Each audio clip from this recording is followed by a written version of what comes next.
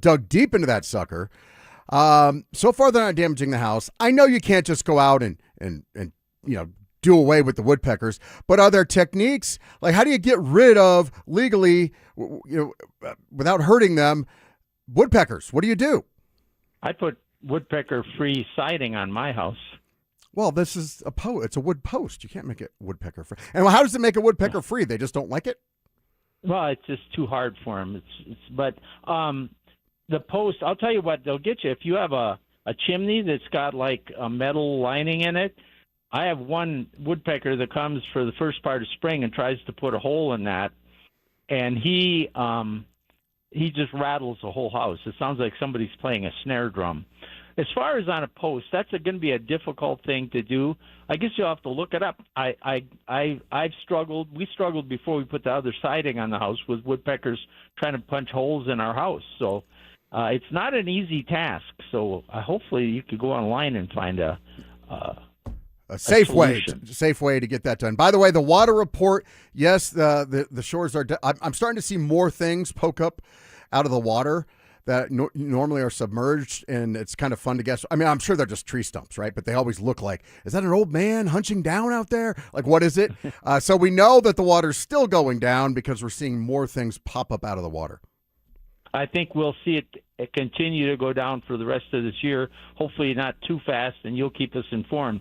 Hey, before we do run out of time, and I will end up taking some of your time anyway, I don't put a lot of stock in organized team activities and minicamp, but there's always something. Did anything jump out at you, anything that maybe people wouldn't have realized, or anything that just gave you a good or bad feeling? No, it's fairly typical, and you're not the only one that doesn't put too much stock in that, Terry, because guess what? Apparently Sean Payton doesn't either, because he let him go home early. He said, we don't need to work today. We only get a few of these days. Let's just give one away, which is fine. He's the coach. If he doesn't think they need it, if he doesn't care, why should we care? It was fairly typical stuff. I talked to Dante Gomez yesterday, who was out there. Typical media lapdog stuff. Nothing earth-shattering.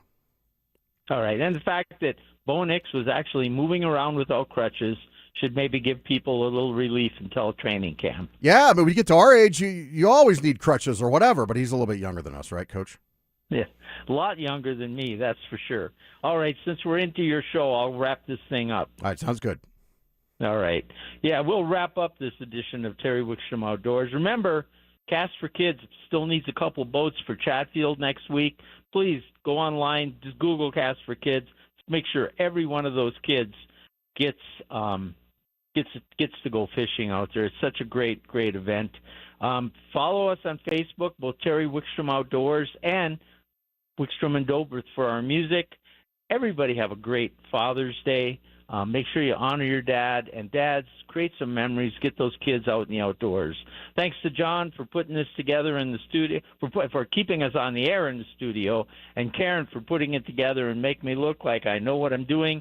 And thanks to all of you for listening every Saturday from 9 to 11 to Terry Wickstrom Outdoors. We'll let the Eagles take us to Dan Jacobs on 104.3 The Fan.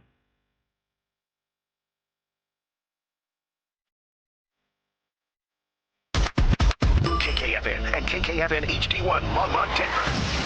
You're listening to Denver Sports 104.3 The Fan.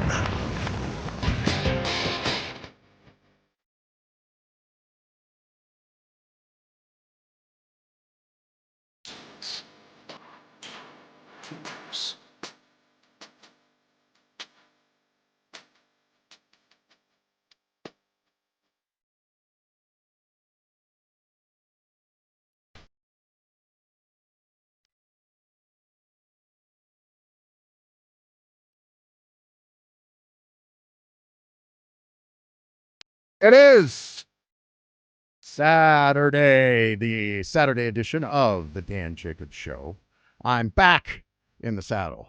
I only missed one weekend of shows. For some reason, I thought I was going to miss like 2 or 3 weeks because I was going on this trip, which we'll talk about probably later in the show. I got some funny stories, I would say. Let's just say this. John Sanchez behind the glass today. Joe Goodwin out globetrotting, doing what he's doing. Hey, how's it going, Dan? I'm doing well. How are you? It's your first time running the show solo. Are you up to the task? Oh, I think so. I'm happy to finally cross this off my list. Me and you both being from Aurora and whatnot, same stomping grounds. And I'm pretty sure I shared this offline before, but you and Dover, when I texted in the show all the time, were the first to respond to my text. So Oh, that's cool. Full circle moment. Yeah. That's cool. And by the way, I saw Josh Dover today. He is working. He's over there diligently trying to steal our listeners as he hosts the Country Josh Bumpkin show on KYGO. But he stopped in. He said hi. I had a nice conversation with him. By the way, he's a fellow Auroran now. He's making the move to God's country from, he used to be a North Glenner, and North Glenlander. I don't know how you say that, but he's now down here with God's people in Aurora. Pretty close to where you grew up, I think, or maybe a little bit, actually closer to where I grew up, but we're in the same area. Yeah, oh yeah, Aurora Centennial. Yeah, so he's out there now. It was good to see Josh. He's a fine young gentleman. Which, by the way, I just realized that he told me so. I'm barely older than him. Like, I have this reputation about being kind of like the elder statesman around the station, and I'm one of the older guys. I'm actually not. Like, I'm younger than Cecil. I'm younger than Brandon. Younger than Mike. Younger than Stink. Zach and Phil, they're the babies, of course. But I'm younger than, like, I don't know, 70 or 80% of the hosts on the station. So I'm just so wise for my years. I popped out of the womb that way. They call it an old soul. So, which is funny. Something strange happened in Ireland. If you're watching on YouTube, I want you, and if you're not, hop on YouTube right now so you can see what I'm talking about. It is interesting now that we're on YouTube. Like yesterday, people were fascinated to finally see what Dante Gomez looks like. He and I hosted during Dover and Cecil yesterday. But if you want to see what I'm talking about, just go ahead and go to the Denver Sports 104.3 YouTube channel and go ahead and subscribe while you're there. Just hit the subscribe button. And but in Ireland, for some reason, because I just didn't shave. When I go on vacation, I don't like shaving that much anyways. And I just, like, I'm not shaving on vacation unless like something dictates it. Like, all right, well, I'm being knighted or something, which I've yet to be knighted. But if that day comes, I'm probably going to take a razor when I head over to England. But otherwise, I don't shave. So I have not shaved in probably 2 weeks. And for those of you on YouTube, I'll look at the monitor or the camera here. My beard in Ireland, if you want to call it a beard, it's pretty scraggly. It grows in white for some reason over there. Like, I don't know if it's the water or whatever. And I was doing the show with Dante yesterday, and he's like, "What are you talking about, dude?" He says, "Oh, did the sides of your hair turn white over there too?" And I'm like, "Yes, exactly." So I come back a little grayer after going to Ireland, but I had a good time. A lot of stuff went down while I was gone. We're going to be visiting in about 5 minutes. I think we really need to go deep and unpack this a little bit, because if you believe what you heard on the morning show yesterday from this young man, Chad Andrus, who joins us in about 5 minutes, the Denver Nuggets could be radically different by the end of next week or in a week or two, depending on how the draft corresponds with what the Nuggets are trying to do. But I wanted to bring in Chad because he's one of our NBA experts, and probably the NBA expert. I don't know that anybody in the market follows, maybe the beat writers, but follows the NBA closer than him. He's a former voice of the Colorado 14ers, also NBA TV play-by-play guy, done a lot of stuff with the league. He knows, he's got his finger on the pulse, so to speak. And he said it on the show yesterday. He was hosting with John Davis for the morning show. And he's like, "Hey, man, Stan Kroenke, the Nuggets are going to get under the cap. It's not a if or, they're thinking about it. Like, it's going to happen." And so we're all just kind of sitting here, and we've been talking about it on this show quite a bit for the last month or so. I started talking about it when I heard Zach Bai originally start bringing this conversation to the forefront, because if you aren't paying attention, you're probably going to miss it. You're going to be blindsided. But there's a whole complex situation which is going on with the Denver Nuggets in relation to their salary cap.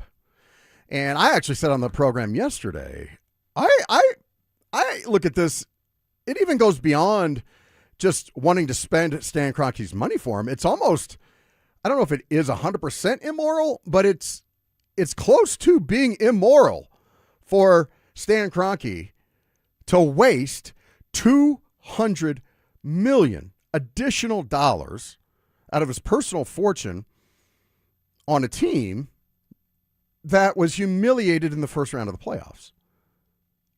And I say that because I was listening to the morning show on Thursday, and I don't know if Mike was just doing this for the sake of conversation or if he really means this, but he was acting like Stan Kroenke has an obligation to set all that money on fire.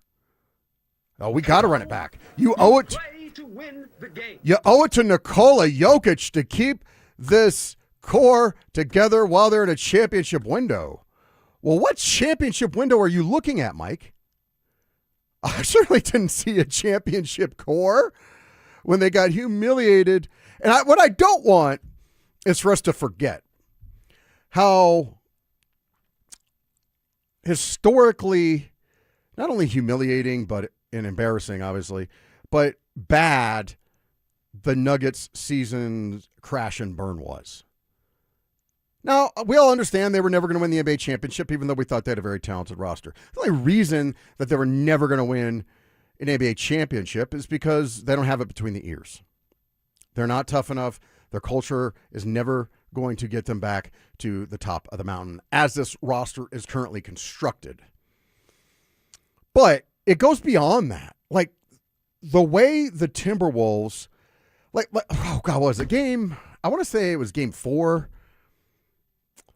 Was it game 4 or game 5? When Ant went down, they're like, all right, well, the Nuggets at least take over and win this game. But without 3 of their best players, their best scorers, and one of the best players in the entire league, a guy that might be a top 5 player in Anthony Edwards, when he went down and the Nuggets folded like a cheap tent to blank away their season, I don't want people, let's not lose sight of that.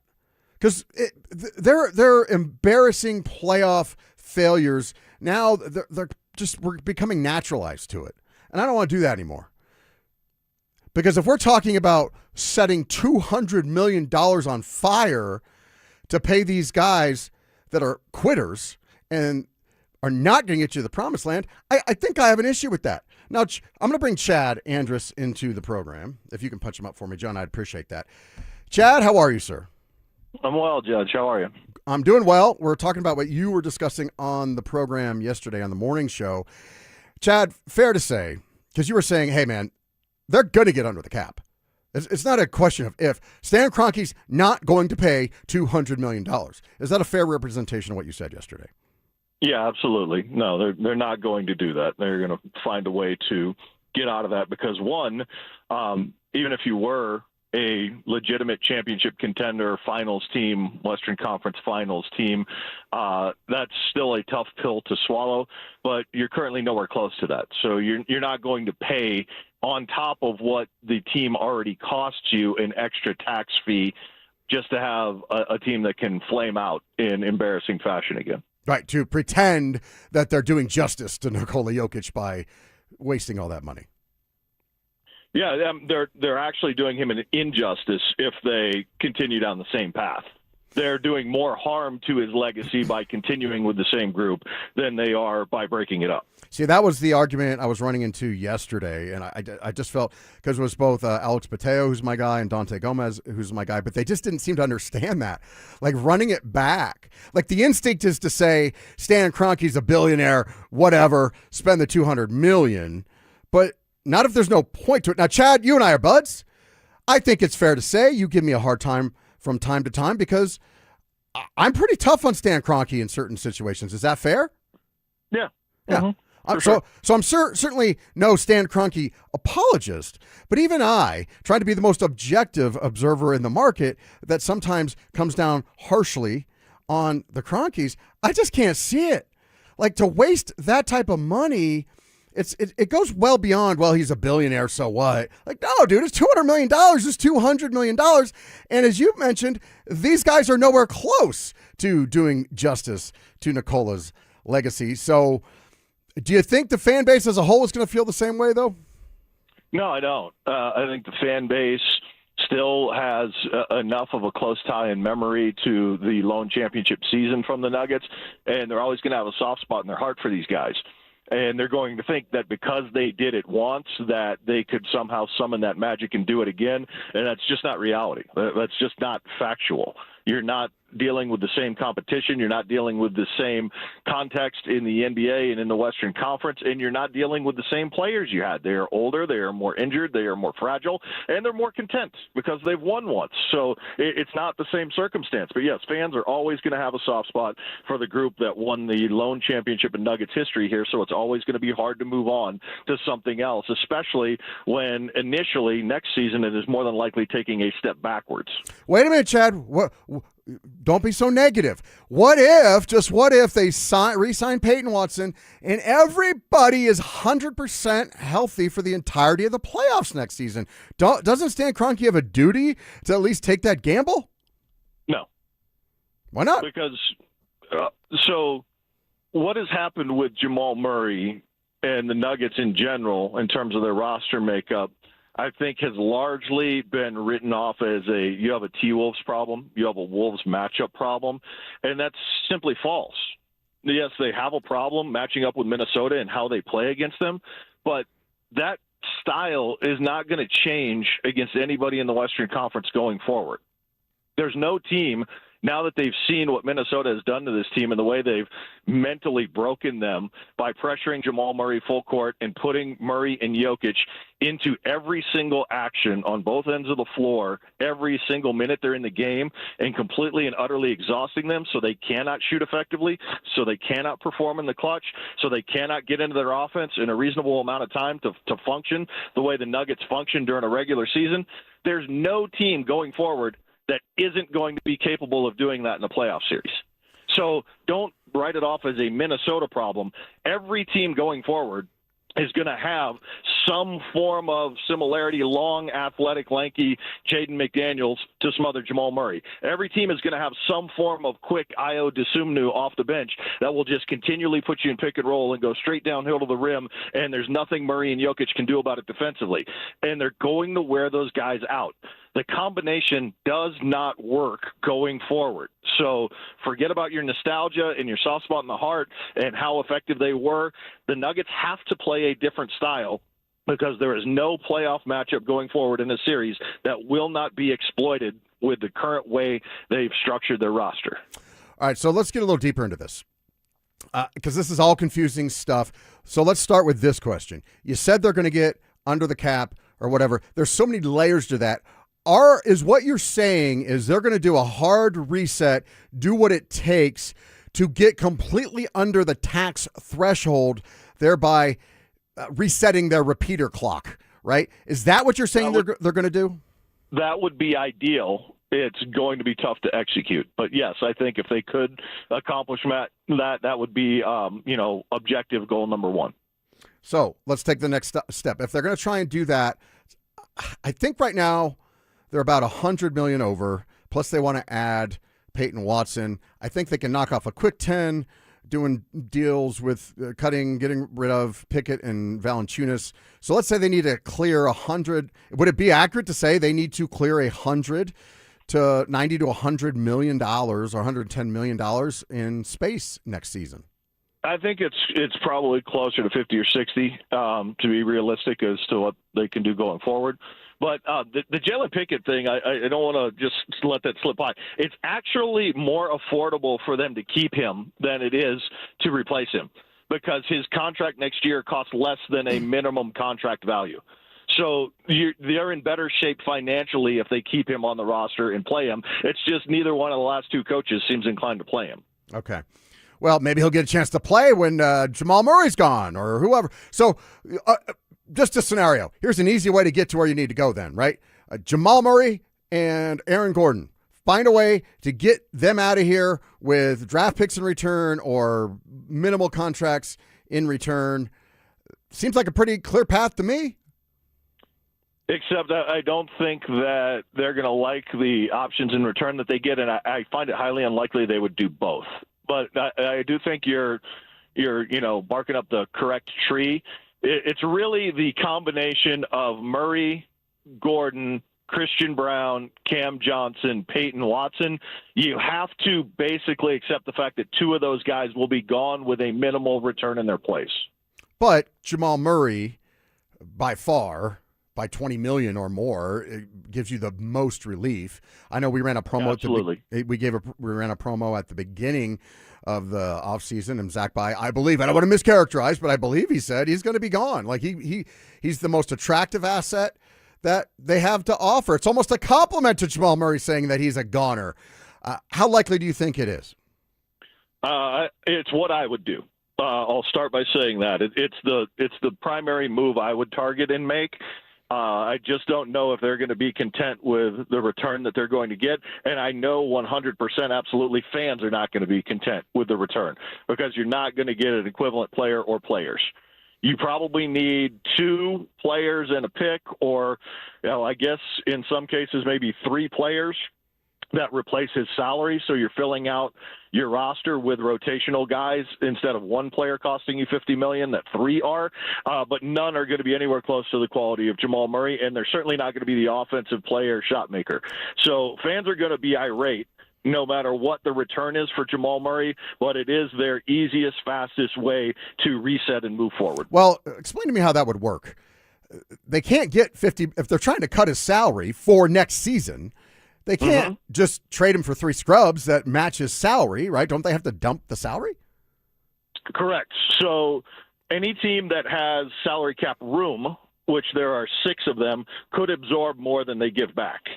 So if you deal with those teams, you're in a more favorable position because you don't have to take as much back to help you out financially. It's just I don't know that any of those teams would be in play because it's basically the Lakers, the Clippers, the Nets, the Bulls, the Jazz, and the Wizards. So they're probably off the table. I think you're more likely looking at a team like Detroit or Orlando that are playoff teams and they're close and they could use somebody who's won a championship, who is a clutch performer, who is a key shot maker, or potentially even Boston if a deal can get involved there, where you're looking at those types of teams.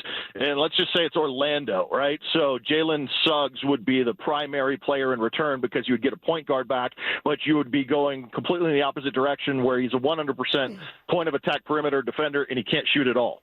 And you would get another player and then maybe a pick in return.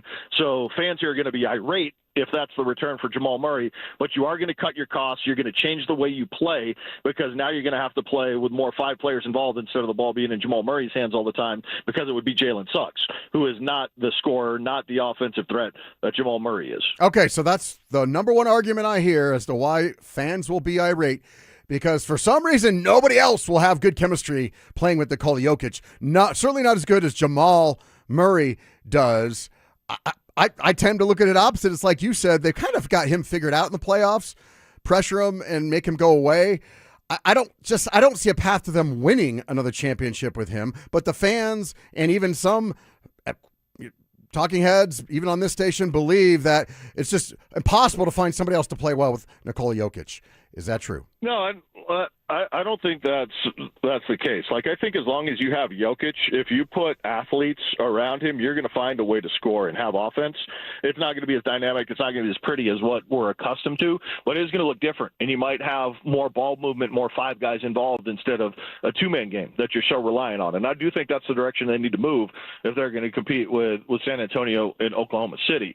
So I think that would be wise. It's just not going to be as dynamic. You're not going to have a guy who leads the NBA in three-point shooting. You're not going to have a guy who you can rely on to make those clutch shots in the playoffs because you're going to get lesser offensive players. You just might get something that has to function differently to have an effective offense. But the thing is they have the ultimate cheat code because they've got Jokic. So they're going to have an effective offense.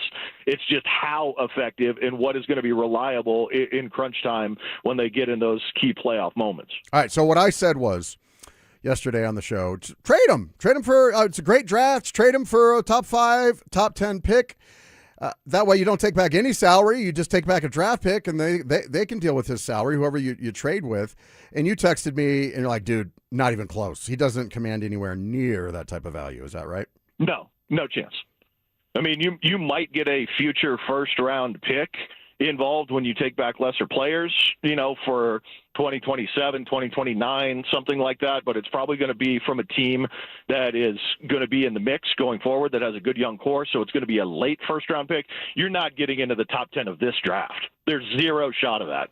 There are teams that you could start the discussion saying, we'll give you Jokic for a top 3 or a top 5 pick, and they would start thinking about it and say, no, I don't think so, because they're built for more of their next 15 years than they are for now, and the plan they want to follow is one of these top 5 guys in this draft. So Jamal Murray's coming nowhere close to getting you in the top 10 in this draft. Interesting. So what do you think the Nuggets will do on draft? Will we see fireworks on draft night? What do you think?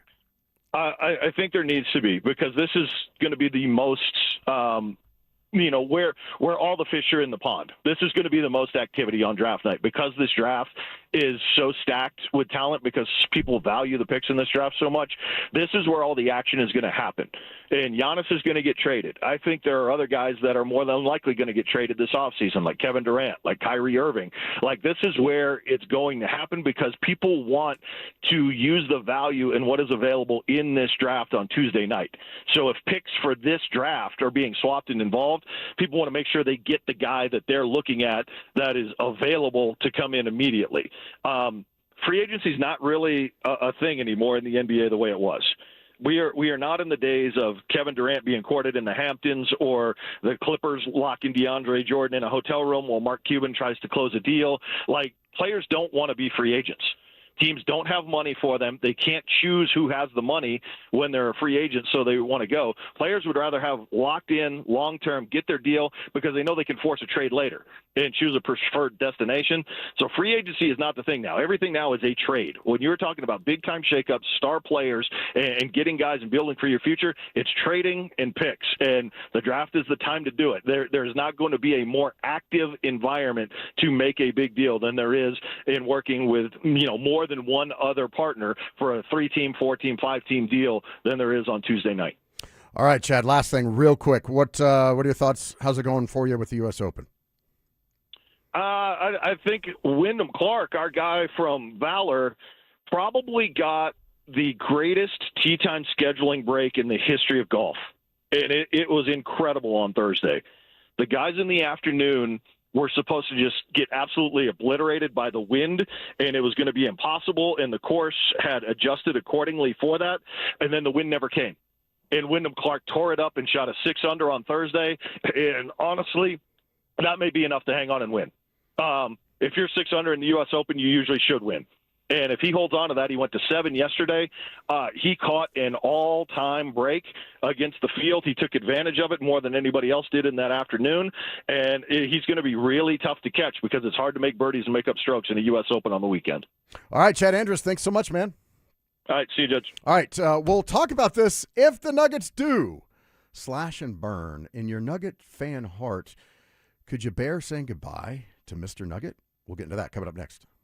Parents, looking for a fun way to get your kid active this summer? Are you kidding me? DenverSports 104.3 The Fan's third annual Be a Mentor, Be a Fan Youth Football Camp is back. Brought to you by Walmart. Saturday, June 27th at Denver South High School's All-City Stadium. Your child, ages 8 to 14, will learn the fundamentals of football in a safe, hands-on environment from people who played the game at the highest level. We're talking former Denver Broncos Mark Schlereth, Philip Lindsay, and Brandon Stokely, along with a trusted coaching staff from Denver South. Don't give them room to breathe! And every dollar raised goes to Big Brothers Big Sisters of Colorado. So your family is giving back just by showing up. Sign up today at denversports.com/camp. That's denversports.com/camp. Jacob's Law, 303 Law 4040. That's 303 Law 4040. Here's the deal.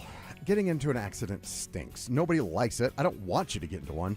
The sad thing is, accidents do happen, and most people haven't been through a major accident, so they don't know what to do if they're seriously hurt when somebody else is negligent and hits them. That's why we're here, to help out. There's so many questions. Should I go to the hospital? You should, probably, if you're hurt. Who's going to pay for my lost wages? Do I miss work? Who deals with the insurance company? Should I even talk to the insurance companies? No, you probably shouldn't. You should call 303 Law 4040. What we do is we're here to help we've been down that road where experts are dealing with those parties involved, so you can just focus on healing and getting better. We'll take care of the rest. I know nobody wants to call a lawyer. Nobody wants to sue anybody. Most of these cases we work out without having to sue anybody. What we're doing is we're making the insurance companies do what they're supposed to do, what they said they were going to do when they took your money. All right. If you need us, go ahead, save that number in your phone. You never know when you will need us. It's 303-LAW-4040. That's 303-LAW-4040. Buy gold and put some silver in your pocket. I know what you're thinking. Everything's expensive right now. How am I going to buy gold? It's Ron Paul. Nowadays, a lot of things are out of your control, but there is something you can do right now to diversify your retirement, and it doesn't cost you anything out of pocket. My friends at Birch Gold Group will help you convert an IRA or 401k into an IRA in gold, a time-tested hedge against inflation. Plus, in honor of America 250, Birch Gold is going to give you a special America 250 1-ounce silver round for every $10,000 you purchase by July 2nd. Text the word SECURE to the number 989898 to get a free info kit from Birch Gold and claim eligibility for this limited time offer. Again, text the word SECURE to 989898 today. Pump up the volume. Business moves fast. Orders roll in, deadlines close in. When you ship with USPS Ground Advantage, you can keep up with confidence. Every package stays in our secure network from dock to door. And with nationwide reach, dependable tracking, and upfront affordable pricing, you get built-in peace of mind. You run the business. We run the routes. Visit USPS.com/Ground Advantage to learn more. From the people who brought you It's the Dog Park comes... Your dog is limping, but she seems fine. Plus, you've heard they can fake it just to get what they want. So what's the deal now? You're being gaslit. Protect your dog from injury and illness with Progressive Pet Insurance. Oh, now she switched legs. What a diva. Progressive Casualty Insurance Company and affiliates. Not available in all states or situations. Coverage subject to policy terms. What's going on, guys? Philip Lindsay here, and I know there's at least 50 of you listening to me right now who are thinking about popping that question. And if you're ready for all that, you know you need a diamond. So let me save you time and money by telling you something as simple as this. Whether you're starting your next chapter with your perfect diamond engagement ring, or celebrating a new milestone, or finally just doing something special for yourself for once, this is where it's going to begin. Imagine the finest jewelry legends all in one store together, making you feel just like family, and their service is going to reflect that. So come shop the finest loose diamonds in Denver. They have every size, shape, and price range you can imagine, in the largest selection of engagement ring settings I've ever set eyes on. And not only are they going to share the secrets of the business with you, they're going to give you the best price in Colorado, guaranteed. So why wouldn't you want to create moments and memories for yourself and the ones you love by going to Williams Jewelers, the official jeweler of the Colorado Avalanche, Denver's first family of fine jewelers. Located in Cherry Creek North on 3rd Avenue, and also in Inglewood at Broadway and Bellevue. And don't forget to mention my name, Philip Lindsay, when you step through one of those doors.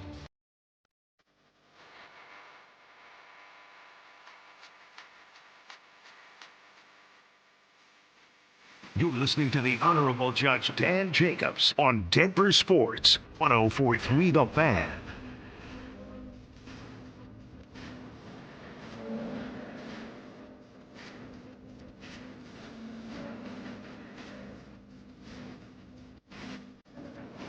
Thank you to Chad Andrus for lending his insight into the program.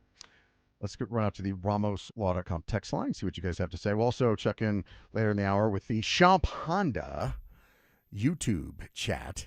If you want to get involved that way, we'd welcome you there. Go ahead and log on to the YouTube, subscribe to the channel. You get to see my, well, right now it's a gruffy face, right? So I'm scruffy, gruff. Normally, wickedly handsome. But no, you get to see what I look like. It's sometimes listeners get a kick out of that. But on the RamosLaw.com text line, stop saying the Nuggets. It's the Cronkies that folded like a cheap tent and refused to spend money on coaching and GMs in favor of penny pinching. How so? The reason they're going to have to pinch pennies this season is because they did pay everybody. listen, I have no problem criticizing the Cronkies, but let's be fair. Let's be objective. And trust me, I'm no big giant fan of what the Cronkies do because I think it marginalizes the fan. In fact, I think they care nothing about the fan. But I'm also going to be objective. And to say that what the Nuggets did was because the Cronkies did something wrong and they didn't spend on this or that, I don't buy it. Because they didn't hire the right coach? Well, they hired a coach that got them pretty far. Now they flamed out like they do because that's who these players are. How many years are you gonna blame the coach? Michael Malone just hires the head coach at one of the most prestigious basketball institutions in the history of college sports. Somebody thinks he can coach. But he could coach the year he won the title? No, these players don't listen. Who do you think is going to stroll through the door and take this current roster to the promised land? The answer is probably nobody.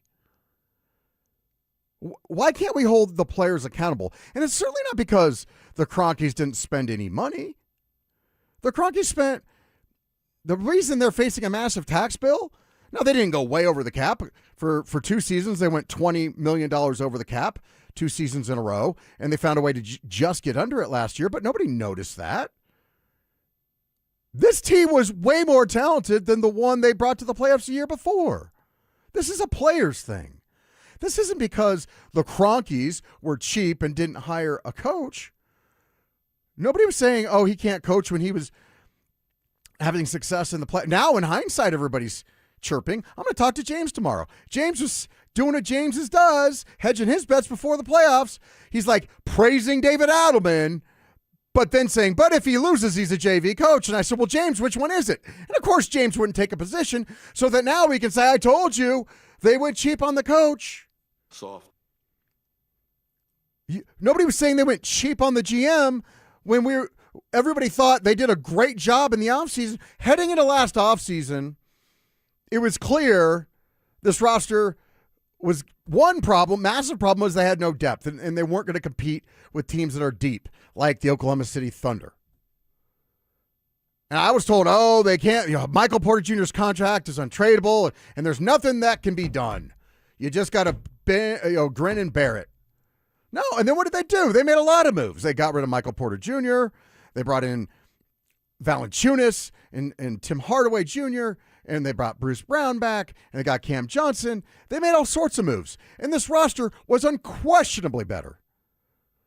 So it's not fair to blame the Cronkies for the players being quitters and the players having zero pride. They are who we thought they were. And I'm not one of these guys that lets everybody off the hook. Well, they were hurt. I mean, it was a ridiculous notion, and I heard more than one person on this station floating the idea that the only way the Nuggets could compete for a championship is if they happen to be 100% healthy. Like, the entire roster has to be healthy. Otherwise, they have no shot. Well, then they need a different roster. And that's why it makes zero sense. We're going to take $200 million. By the way, that's additional. That's just a straight tax that goes into the pockets of other billionaires.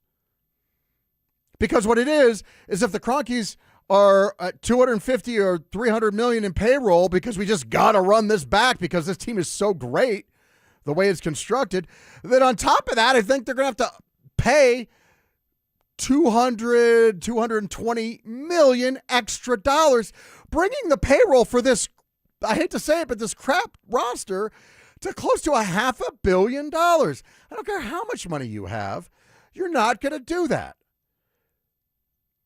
And as Chad said, and as I've said, it's not like Mike Evans is trying to paint it like he was trying to say on Thursday, or like Alex and Dante were trying to say with me on the show yesterday. But yeah, you got to give them a chance. They have no chance. They have no chance of winning an NBA championship. Did you see something different than I saw? Did you see them fold like a cheap tent in a game where Anthony Edwards goes down and then still not even get on the right track? Even after that game, like it was unspeakable. It's unimaginable. But you're going to run that back and set to, by the way, you're sacrificing your future to do that. And I agree with Chad. The Cronkies are doing a disservice to Nikola Jokic to running it back, regardless of whether they spend the $200 million or not, because they will not win with this roster. They're not going to win with the way this team is made up. Mentally, they're too soft. They don't have it. It's not in their DNA. We have to get that through our heads. And quite frankly, I don't even know if it's a step back. So let's say, like Chad said, my guess is 2, if not 3 starters are going to be gone. Probably Christian Brown. And I think it's an easy answer. If you want to make this team dramatically better, if you could shed their contracts, which maybe they can't, but if you could shed their contracts, Jamal Murray, because you're not going to win with him. You're not going to win another title with Jamal Murray. It's not going to happen. So bye-bye Jamal Murray and bye-bye Mr. Nugget Aaron Gordon. And I don't say that with any malice in my heart. Aaron Gordon's a great story. Fantastic. Mr. Nugget. Hang his jersey in the rafters later if you want to. Right next to Carmelo's. Just kidding. Just kidding. But this is business. And the Nuggets have a very small chance to get another championship out of this windfall that they received in the name of Nikola Jokic. And they had the foresight to pick in the second round. You are wasting his core. You've been wasting, his prime, and you've wasted most of his prime for one championship. As we've talked about at length on this show, he has all the opportunity in the world to be an all-time great, a top 10 player, but nobody on that list, except for Wilt Chamberlain, who's borderline, has only one title. In fact, I think Wilt has 2, actually. I don't think there's anybody on the list that has only one title. And at some point, you do have to say, yeah, because James Merlot brings it up all the time, like, if he's truly an all-time great, why does he almost never have success in the playoffs? And the answer's been injuries and this and that. But at what point do you go, well, yeah, but all-time greats find a way. Heck, even the Bulls did something with Scottie Pippen without Michael Jordan. Yeah, Wilt does have 2. So I don't think there's anybody in the top 10 considered all-time great players that only has one championship. So they got to find a way, and he's only got, maybe I'm wrong. To me, and I know I'm not the only one that thinks this, we saw Nikola Jokic become a mortal man in the last playoff round. He did not play up to the way Nikola Jokic has mesmerized us in the past. Those shots that he takes, you're like, oh, that's crazy. No way. That would go in. They're not falling anymore. Now, he didn't collapse like Jamal Murray, but he needs help. And he doesn't have 10 more years left. He's got 3 to 5, maybe, playing at a high level. And I don't know if he'll want to play out the string or not. And just my sense is he probably doesn't want to be a 39-year-old NBA center just, soaking up $20 million a year. That's my guess. I don't know for sure. My guess is once he feels the slide, he leaves at the end of a contract. That's my guess. So I don't put this on the Cronkies. Did the Cronkies not pay Jamal Murray? Did they not pay Michael Porter Jr.? Did they not pay Christian Brown? Did they not pay Aaron Gordon? They've paid everybody you as a fan would say pay, but now all of a sudden, I've never heard this before. Oh, we got to have a great coach. I've never heard fans excusing weak effort from players from an entire roster and scapegoating the coach because they tried changing the coach. By the way, David Adlin was considered, if it was a foregone conclusion that the Nuggets didn't hire him, he was going to be one of the next great hires. And he would get a job.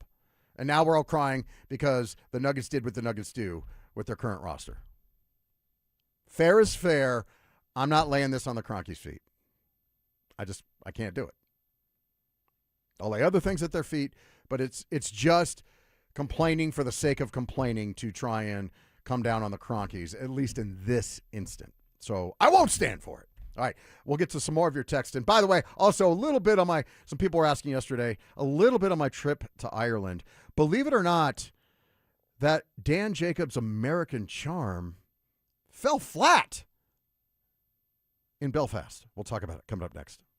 3 years ago, the Broncos were a laughingstock. Now, back-to-back playoffs, 32 wins, and an ownership group spending like they mean it. Now Cecil's ready to say what Broncos country is thinking. The greatest bit of news and information that I can provide today for you is merely this. Greg Penner is inevitable. Greg Penner is undeniable. Greg Penner and the Walton Penner Group and the Denver Broncos are going to be a dynasty. They just are. That sort of businessman, that sort of business people do is they excel. Denver Sports 104.3. The Fan. DeerTrailMeatCo.com. DeerTrailMeatCo.com. It's grilling season. Get in the mix. Bring steaks back to your grill. When was the last time, let's be honest, when was the last time you cooked out some delicious quality steaks for the family? It's probably been a while, hasn't it? Because depending on the size of your family, you just can't afford it. You're talking $100, $150 just to feed a family if you want to splurge a little bit and throw some steaks on the table. That's beef prices have gone through the roof. We're talking $7 a pound, sometimes $8 a pound for ground beef, for hamburger. I'm not talking about, used to be, well, they always had kind of the organic stuff that was ridiculously priced, right? No, this is just run-of-the-mill, go to the grocery store, you want to make hamburgers, swallow hard. But not with DeerTrailMeatCo.com. What they'll do is you can afford to eat steaks again because they're going to bundle everything together at a tremendous savings over the grocery store prices. They're going to deliver it to your front door with a money-back guarantee. Go check out the website, and then you can give them a call on Monday. It's DeerTrailMeatCo.com. From the FIFA World Cup to competitive business environments, grand ambitions lead to game-changing achievements. At Bank of America, we're there to support businesses at every step, providing insights and expertise to help you gain an edge. He shoots, he scores! What would you like the power to do? Explore winning business solutions at BofA.com/gamechangers. Bank of America, official bank of the FIFA World Cup 2026. This feeling is brought to you by Aleve for Arthritis Pain Relief. What feeling is that? Well, it's the feeling you feel when you have relief from arthritis pain. It's that my hands don't hurt just holding things feeling. That wow, I can actually move well feeling. You know, that go about your day without worrying about every little movement or ache feeling. Oh yeah, because Aleve targets arthritis pain at the source of inflammation for long-lasting relief, so you can keep moving through it. Feel up to 12 hours of arthritis pain relief with one dose.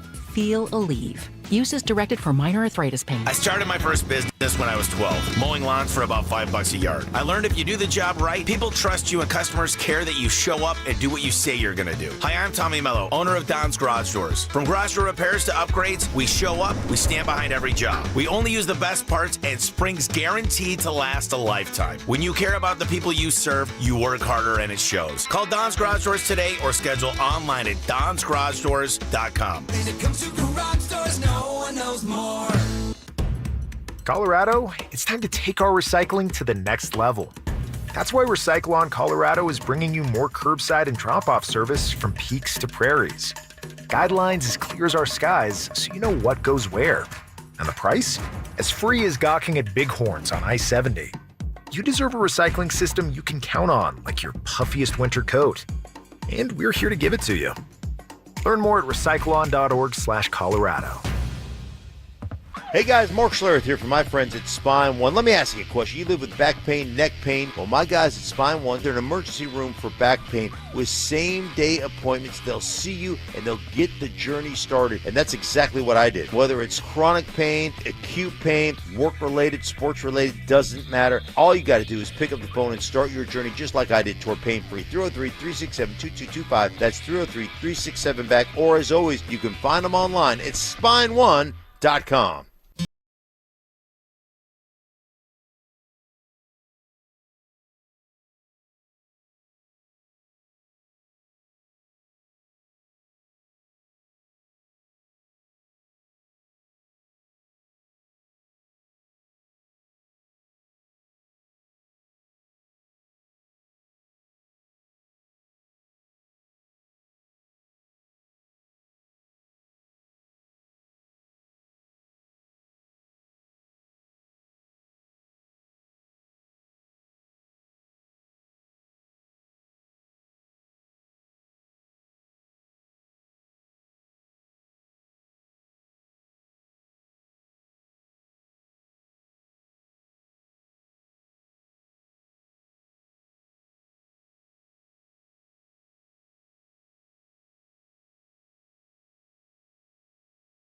Every hunt tells a story. Let Ty's Taxidermy in Loveland bring yours back to life. Big game, birds, fish skin mounts, and reproduction. Expert detail since 2001. Call 970-669-1119 or visit tystaxidermy.com. Tune in Tuesday afternoons for Injury Insights with Zach Bai and Dr. Joseph Ramos to hear the latest injury news on your local teams and around the world of sports. Ramos Law. What makes us different makes us better.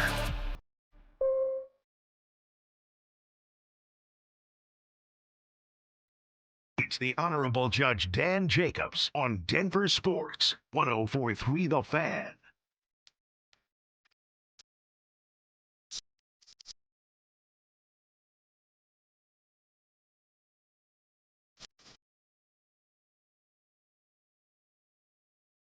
It's the Dan Jacobs Show. Checking out the Champ Honda YouTube chat. Couple responses here. Adam Sandoval says, defense, defense, defense for the Nuggets. Can I get an amen? John, can we get an amen? Amen, hallelujah. There we go. Also, Jason Anderson says, heading to Deer Trail Meat Co. on Monday, get some cow. Yeah, get after it, man. Dude, it's so awesome. If you can, get some pig while you're there, too, because the breakfast meats and the pork chops, we had some last night. Phenomenal. My wife made them up. Delicious. Just really good quality stuff. Tremendous savings. Check them out. DeerTrailMeatCo.com. So, going to get back out to, oh, yeah, this one's good. It says, Brian from Evans says, if the Rockies need $200 million, how? I can write him a check. Heck, I can write a check for $500 million. And I said, well, yeah, apparently so can Floyd Mayweather. Oh, good. How about Floyd Mayweather, man? Going through, what, like $1 billion? Boy, who could have seen that coming? Everybody. He's getting sued for writing bad checks now. My, how the mighty have fallen. The craziest thing about Floyd Mayweather was, John, you would think when you get huge checks like this, you'd have some sort of myriad of financial advisors that channel it through offshore accounts that like minimize the tax hit and things like that. He one time posted his check for a fight. It was made out to him personally from Oscar De La Hoya to pay to the order of Floyd Mayweather $30 million or something like that. Like, wait, he's just getting checks written to him straight from the promoter? Wow. Boy, what could go wrong?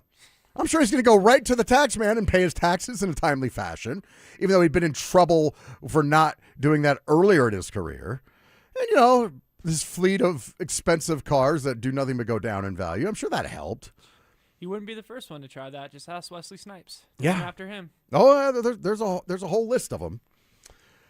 But I digress. So I did go to my first trip overseas, and I went to Ireland and Northern Ireland, which is two separate places.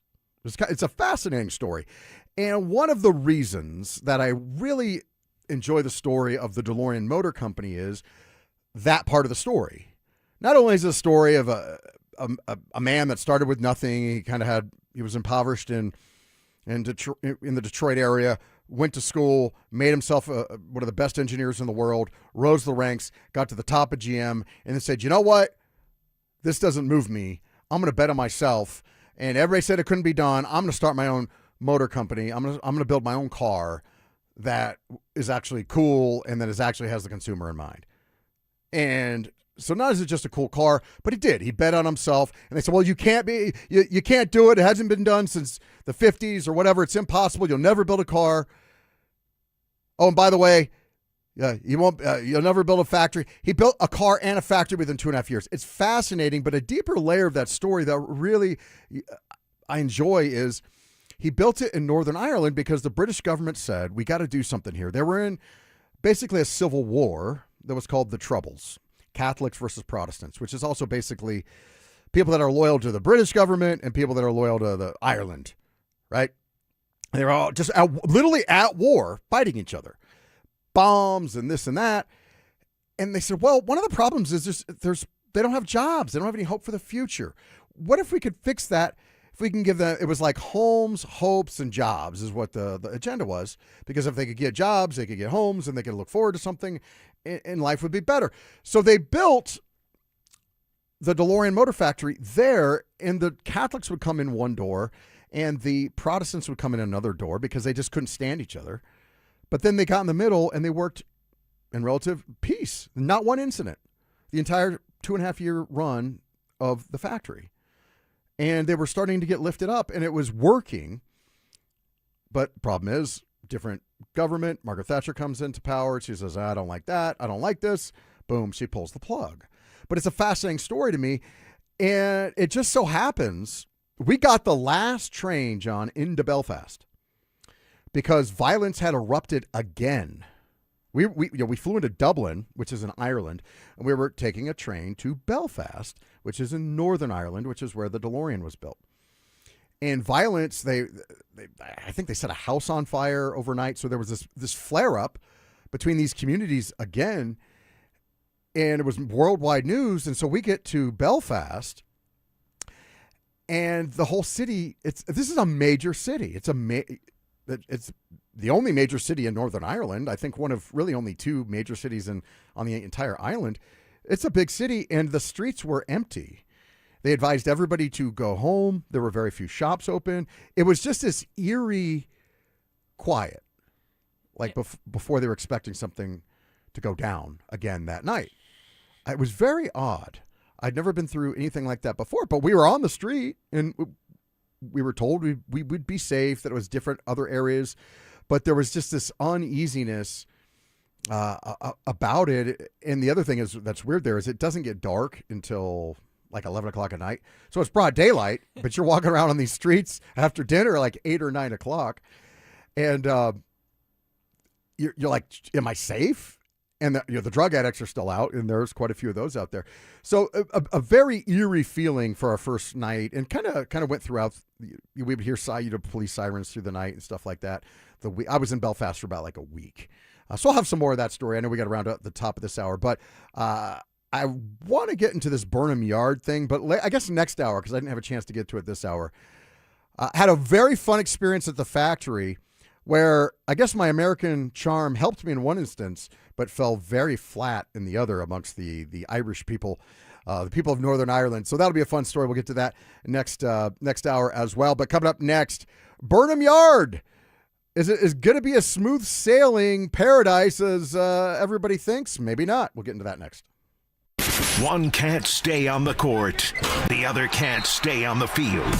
There are certain things that are putting Aaron Gordon and J.K. Dobbins in the same conversation, and neither one should be happy about it. So is Aaron Gordon now in the J.K. Dobbins category in your mind, that it's not a matter of when he gets hurt or if he gets hurt, it's when he gets hurt, and how long will he be out? I mean, at this point, is this just the way he's going to be? Yeah. A part-time player, and you're going to be holding your breath, especially come playoff time, every game. Denver Sports 104.3. The Fan. DeerTrailMeatCo.com, DeerTrailMeatCo.com. You saw Jason on the Schomp Honda YouTube chat line saying, I'm getting my DeerTrailMeatCo.com beef next week. He's going to pick up some cow. Awesome. Fantastic. You can get in the mix too. It's funny. One time they were making a delivery to a Dan Jacobs Show listener, and the neighbor came out and goes, hey, man, what are you doing over there? He goes, oh, I'm getting some meat. He says, well, where are you getting that from? He goes, Dan Jacobs on the radio. He goes, what? Oh, hold on. He goes in the house. Honey, come out here. She goes, look, he's getting the meat from the guy off the radio. She goes, well, you should get some too. Puts it in order right there on the spot. It's sweeping the Dan Jacobs Show audience, and you're going to thank me for it because they will do the same thing for you. They will deliver it to your front door. Tremendous savings over what you're paying at the grocery store. Not to mention it stops you from going to the store and spending even more money on stuff you don't need. But tremendous savings, and they're going to give you a money-back guarantee. You don't have to worry if you're going to like it or not. You're going to love it. Trust me. I tested it out before I committed to endorsing their product. It's good stuff. If you don't like it, they'll give you your money back, but you're not going to ask for it. DeerTrailMeatCo.com. That's DeerTrailMeatCo.com. Welcome to Whatever Bank, where we succeed in doing the bare minimum. Yeah, hi. I normally get paid on Fridays. Is there any way I can get my direct deposit sooner? Oh, you're serious? You don't have to bank like that. Make the switch to KeyBank and get access to eligible direct deposits up to 2 business days early with Early Pay. So it is possible. Learn more at key.com/earlypay. KeyBank opens doors. KeyBank member FDIC. Imagine finding your dream home and moving in right away. No waiting to sell your old place first. Sounds perfect, right? That's exactly what Orchard's Move First, Sell Later program lets you do. Buy your new home now and sell the old one later. Here's how it works. Orchard gives you cash so you can buy and move into your new home first, on your timeline. No waiting, no showings, no double moves. Then the Orchard experts take it from there. They handle repairs on your old home for you so you attract the right buyers. Once they're done, a local Orchard agent lists and sells your home for top dollar. Orchard's Move First program gives you the freedom to buy and move into your new home first and sell your old home later. Buy before you sell and get top dollar for your home with Orchard. Ready to find out how much your home is worth? Visit Orchard.com to get your free home valuation. That's Orchard.com. Walmart is proud to sponsor the Be a Mentor, Be a Fan football camp in partnership with 104.3 The Fan. Walmart is helping to invest in the next generation by bringing together Broncos alumni on-air hosts and South High School football coaches for a one-of-a-kind camp experience, benefiting Big Brothers Big Sisters of Colorado, because every young person deserves encouragement, guidance, and the chance to reach their full potential. Walmart proudly supports Big Brothers Big Sisters of Colorado and their mission to build life-changing mentoring relationships for kids across our community. From the people who brought you It's the Dog Park comes. It's a hot spot on your dog's leg that the internet says you can treat it at home. You're not sure though, 'cause now it's oozing. Protect your dog from injury and illness with Progressive Pet Insurance. Ooh, he's licking it.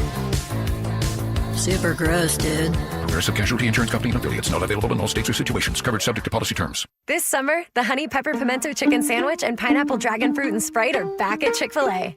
Girl, it's back. We've been waiting. I love that honey pepper pimento sandwich. And that pineapple dragon fruit and Sprite is everything. It's got that razzle-dazzle that makes you stop and say, okay, wait a minute. I love the creaminess of the pimento cheese. It's savory, it's bold, it's flavorful. Our faves are back. High five, girl.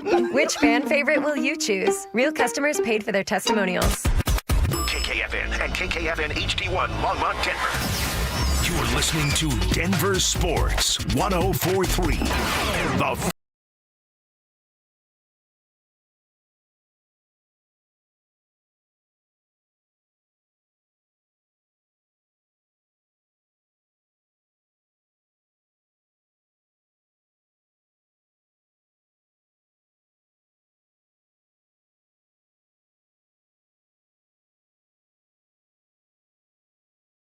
of it, because I know we don't want to spend 3 hours talking about DeLoreans, even though I would be more than happy to. But we're not going to do that. But I will address this because Mark took the time to text into the show. Mark on the RamosLaw.com text line says, you might mention that the top speed of the stock speedometer of a DeLorean is 85 miles per hour. Also, it has a PRV engine, Peugeot, Renault, Volvo, like a supermodel, until you get your hands on it and find out it's all fake. Again, that's from Mark.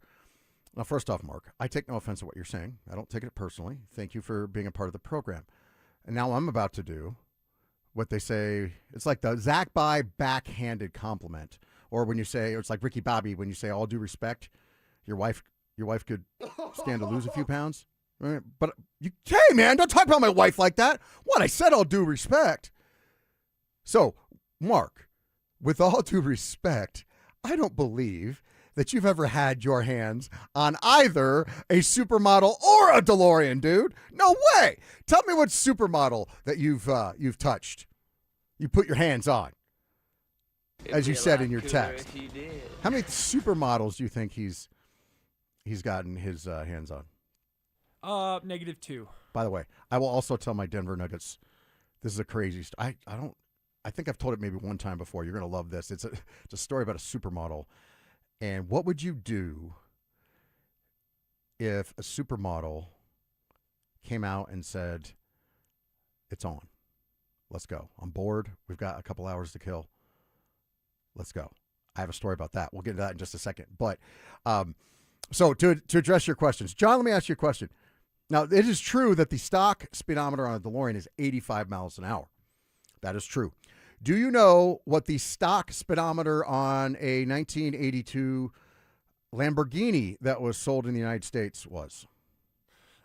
If I had to guess, probably 110. 85 miles an hour. Oh. What about a Porsche? 1981 Porsche. Going with the theme, I'm going to say 85 miles It's per 85 miles an hour. What about a Ferrari that was sold in the United States in 1981, 82, or 83? Probably the same. I wouldn't be surprised if it was different. Ferrari's a little quirky. Well, it didn't matter who it was. The speedometer was not an indicator on how fast the car would go. In fact, for the movie Back to the Future, they had to swap out the speedometer so the car could show that it was going 90 miles an hour, right? Because it's part of the plot. But here's the reason why. We were in an oil crisis at the time. It was called an oil embargo, and we were just coming off the muscle car era, where we were getting cars that had 8 miles a gallon, and there were fuel shortages. Like, we were actually having to ration gasoline. It wasn't just a matter of gas was really expensive like it is right now. It was a matter of also you couldn't get it. Like, you had to line up and people were bringing physical gas cans to the gas station, and there was a limit. Like, we did not have enough gas. So Congress, in its wisdom, passed a bunch of laws, one of which said speedometers have to stop at 85 miles an hour. That way people won't speed, therefore we'll save gas money, right? We'll save gas. We won't burn as much gas. That's what they thought. So every car had an 85 mile an hour thing. And the second thing they did, which is why the Mark's right, the engine in the DeLorean is not the most spectacular engine you're going to see. Neither was the Porsche or Ferrari engine that we saw in the United States those years, because there were strict emission standards that Congress came up with. They were basically ahead of the technology. So automakers were really struggling to meet those standards and also give good performance. It was called the malaise era of the American auto industry because there were these crippling standards that you had to meet. So there weren't a bunch of fast cars back then. The whole car is not a fake car, like a fake supermodel. The car's outstanding. Anytime you want to come see mine and see if you think it's fake. It's fantastic. It's awesome. And it's 45 years later. Dude, we were in Belfast. People were losing their minds. We had 140 DeLoreans cruising around town and going to shows. It's sick. People lose their minds over it. 45 years later, they're beautiful cars. Yes, they were a first-generation car. They're not perfect. And to be honest with you, Mark, I'm putting a Corvette engine in mine. It's going to be freaking awesome. Okay? But let's just remember it was a product of the time, and it doesn't diminish the story of the car. We just got to correct some falsehoods. Now, to follow up on that, this is a good story. The person that told it to me swears up and down that it was true. I'm going to change the name of the participants to protect the innocent, not so innocent. I don't know. But John, what would you do? Listeners, what would you do? I'm looking right into you, listeners, on the YouTube 1043 The Fan Denver Sports YouTube channel. What would you do if you're going about your day and let's say you had a really cool job, every once in a while something really weird would happen to you, or something really cool, something really fun, right? So let's say you worked at Ball Arena, and you get to work one day, and they say, hey, this supermodel has an event at Ball Arena tonight, or back then it was the Pepsi Center. Your job today is to show her around, take her to her suite, this and that, take care of her today. How would you feel about that, John? I would do what my job required me to do. Well, this guy was like, well, wait a minute, dude. We got a bunch of stuff to do today. I got a lot of work to do. They're like, nope. Your job, forget all that nonsense, is take care of this supermodel. Now, I'm going to change the name. So let's just pretend it was not Cindy Crawford, but it was in that era. It was one of her contemporaries, a very attractive young lady. Mm-hmm. And so this guy, who's not a good-looking guy at all, is shuttling this lady around, showing her the town. And she goes, okay, well, let's go to my room.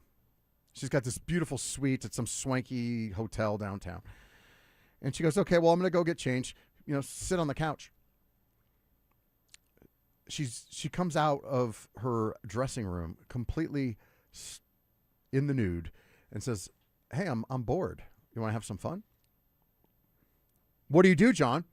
What do I do personally? What do you do? Yeah, see, I'm a hopeless romantic, so I'd probably be like, can we, like, go and get some sushi or something first? Can I get to know you at least? That's just Get me. to know her? Yeah. That's just me, though. I mean, granted, I don't want to come off as arrogant, but I've had several opportunities, not with supermodels, but several opportunities like that in the past, and we are more than just meat, Dan Jacobs. I'm more than just a mile long and an inch deep, if you know what I'm saying. I want to get to know the person, and that's just me personally, but I mean, granted, what kind of day am I having? Do I need to pick me up? Am I feeling impulsive? I'm just telling you, like, genuinely what's in my heart. I'm more of just get to know type people. That's just how my parents raised me. I can appreciate it. Chivalrous, the hopeless romantic, John Sanchez. Now, this guy happened to be married also. Okay, that's a different. That is a different kind of layer to it. That makes it that much more complicated. And so you have this middle-aged, not the greatest looking, but, whatever. He's not Brad Pitt, so to speak, guy. And he loves his wife. And this supermodel comes out and says, hey, let's have a little fun. One-time thing, once-in-a-lifetime shot.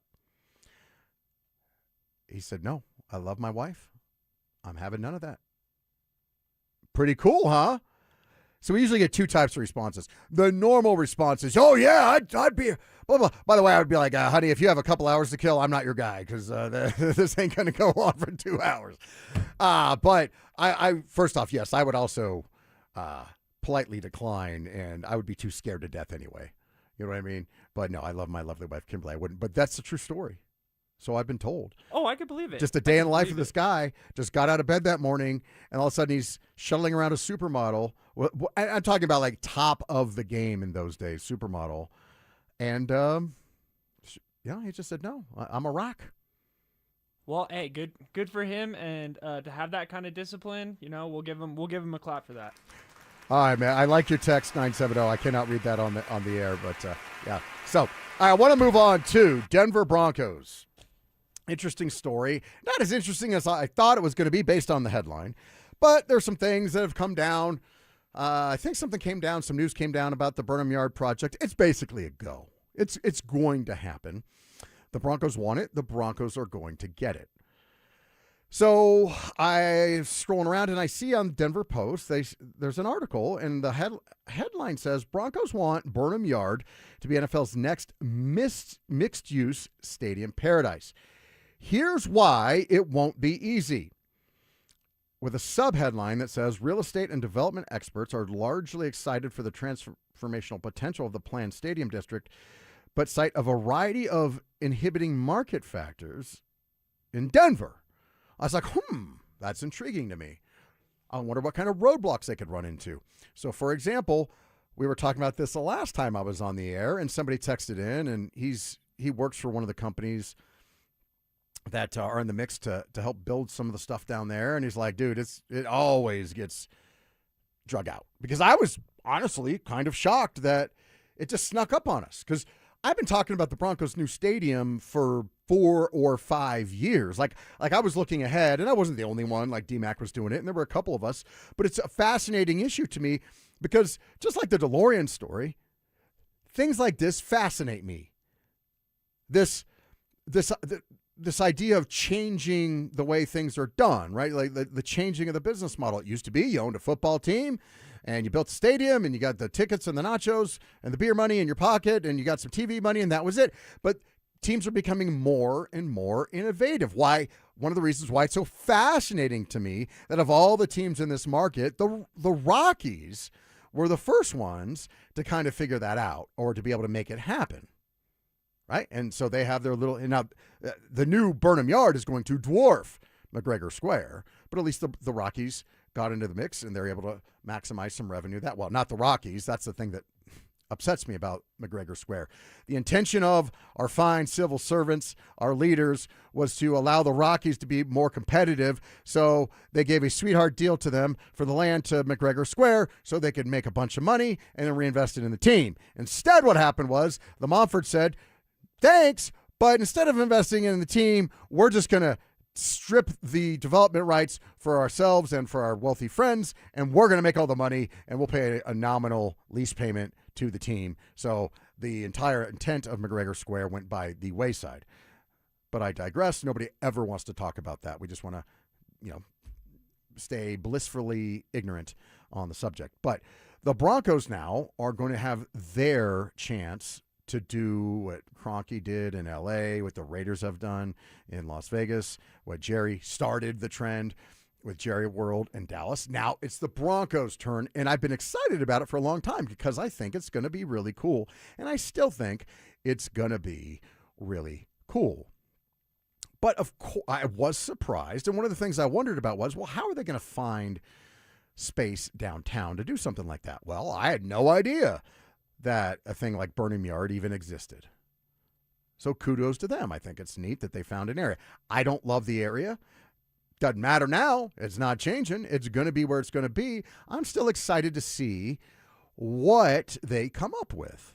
And it sounds like, as we were talking about yesterday during Dover and Cecil, they are going to come up with some fairly innovative, new age, futuristic transportation.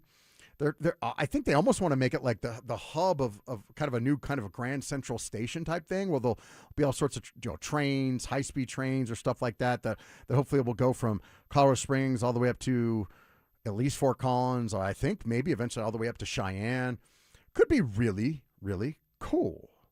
But as this article says as well, not going to be that easy. So I've been excited about it for a long time, and then all of a sudden it's coming in 6 years. Like they're going to be playing, if all goes according to plan, in 6 years. It will be kicking off football season 6 years from now in the new stadium, which is like, wow, that really snuck up on me, even though I've been talking about it the whole time. That's going to go by probably pretty darn quick. And then I see this article that was Broncos want Burnham Yard to be NFL's next mixed-use stadium paradise. Here's why it won't be easy. And I got to be honest, I was a little underwhelmed by the actual content of the article. I'm going to read large sections of the article. I'm not going to read the whole thing. But it says the Broncos have now become the most visible entrepreneur to identify Burnham Yard as a right pocket for redevelopment, continuing to march forward with the rail yard as their preferred site for a new stadium district in Denver. Beyond a finalized agreement to buy the rail yard itself, property records compiled by the Denver Post show the Broncos have been tied to at least $186 million in land purchases in the surrounding area, with express goal to build out a mixed-use district around a new stadium. For now, unlike Herman and his... I skipped a page. Sorry, it's printed out double-sided. In December 2023, Herman's Osage Studios, Sean Herman is who they're talking about. In December of 2023, Herman's Osage Studios bought a parcel of land at 1305 North Osage Street for $2.1 million. Herman, a designer, saw an opportunity to rehabilitate a couple of junk-storing warehouses into an interactive attraction at the northern tip of the abandoned Burnham Yard rail yard. The dream for the site, bringing an immersive tiki lounge to Denver, was strong enough to shrug off a couple of purchase inquiries by legal representatives connected to the Denver Broncos in the midst of a massive land grab just down the street. So he said, no, the Broncos came to him, said, hey, we saw you just got this plot of land. We'll give you some money. He's like, no, thanks. No, thank you, Broncos.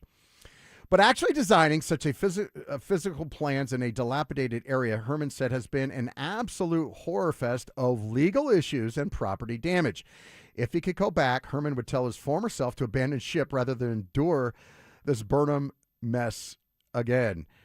There were days where I was like, I've made a huge mistake. Well, you've got the ultimate lottery ticket, dude. Don't cry me a river. Like, I appreciate guys like this Herman guy that have vision and want to make something happen. I just told you about that with my DeLorean story.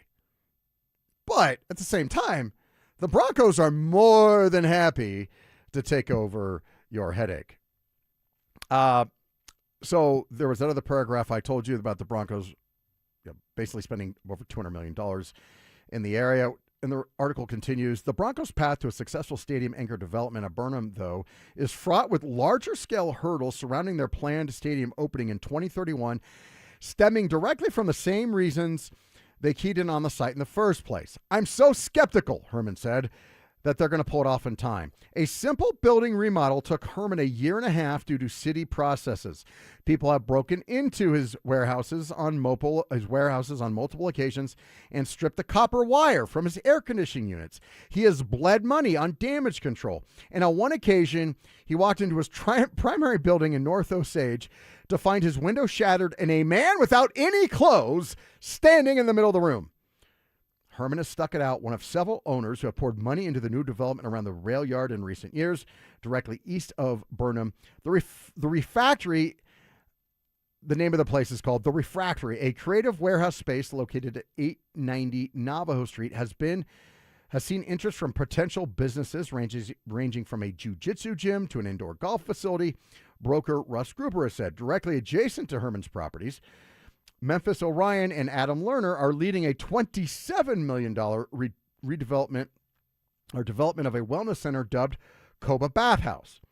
They saw a giant wave in the area, Orion said, and they felt they could surf it, and the Broncos are the latest to hop on because of such a tantalizing potential value.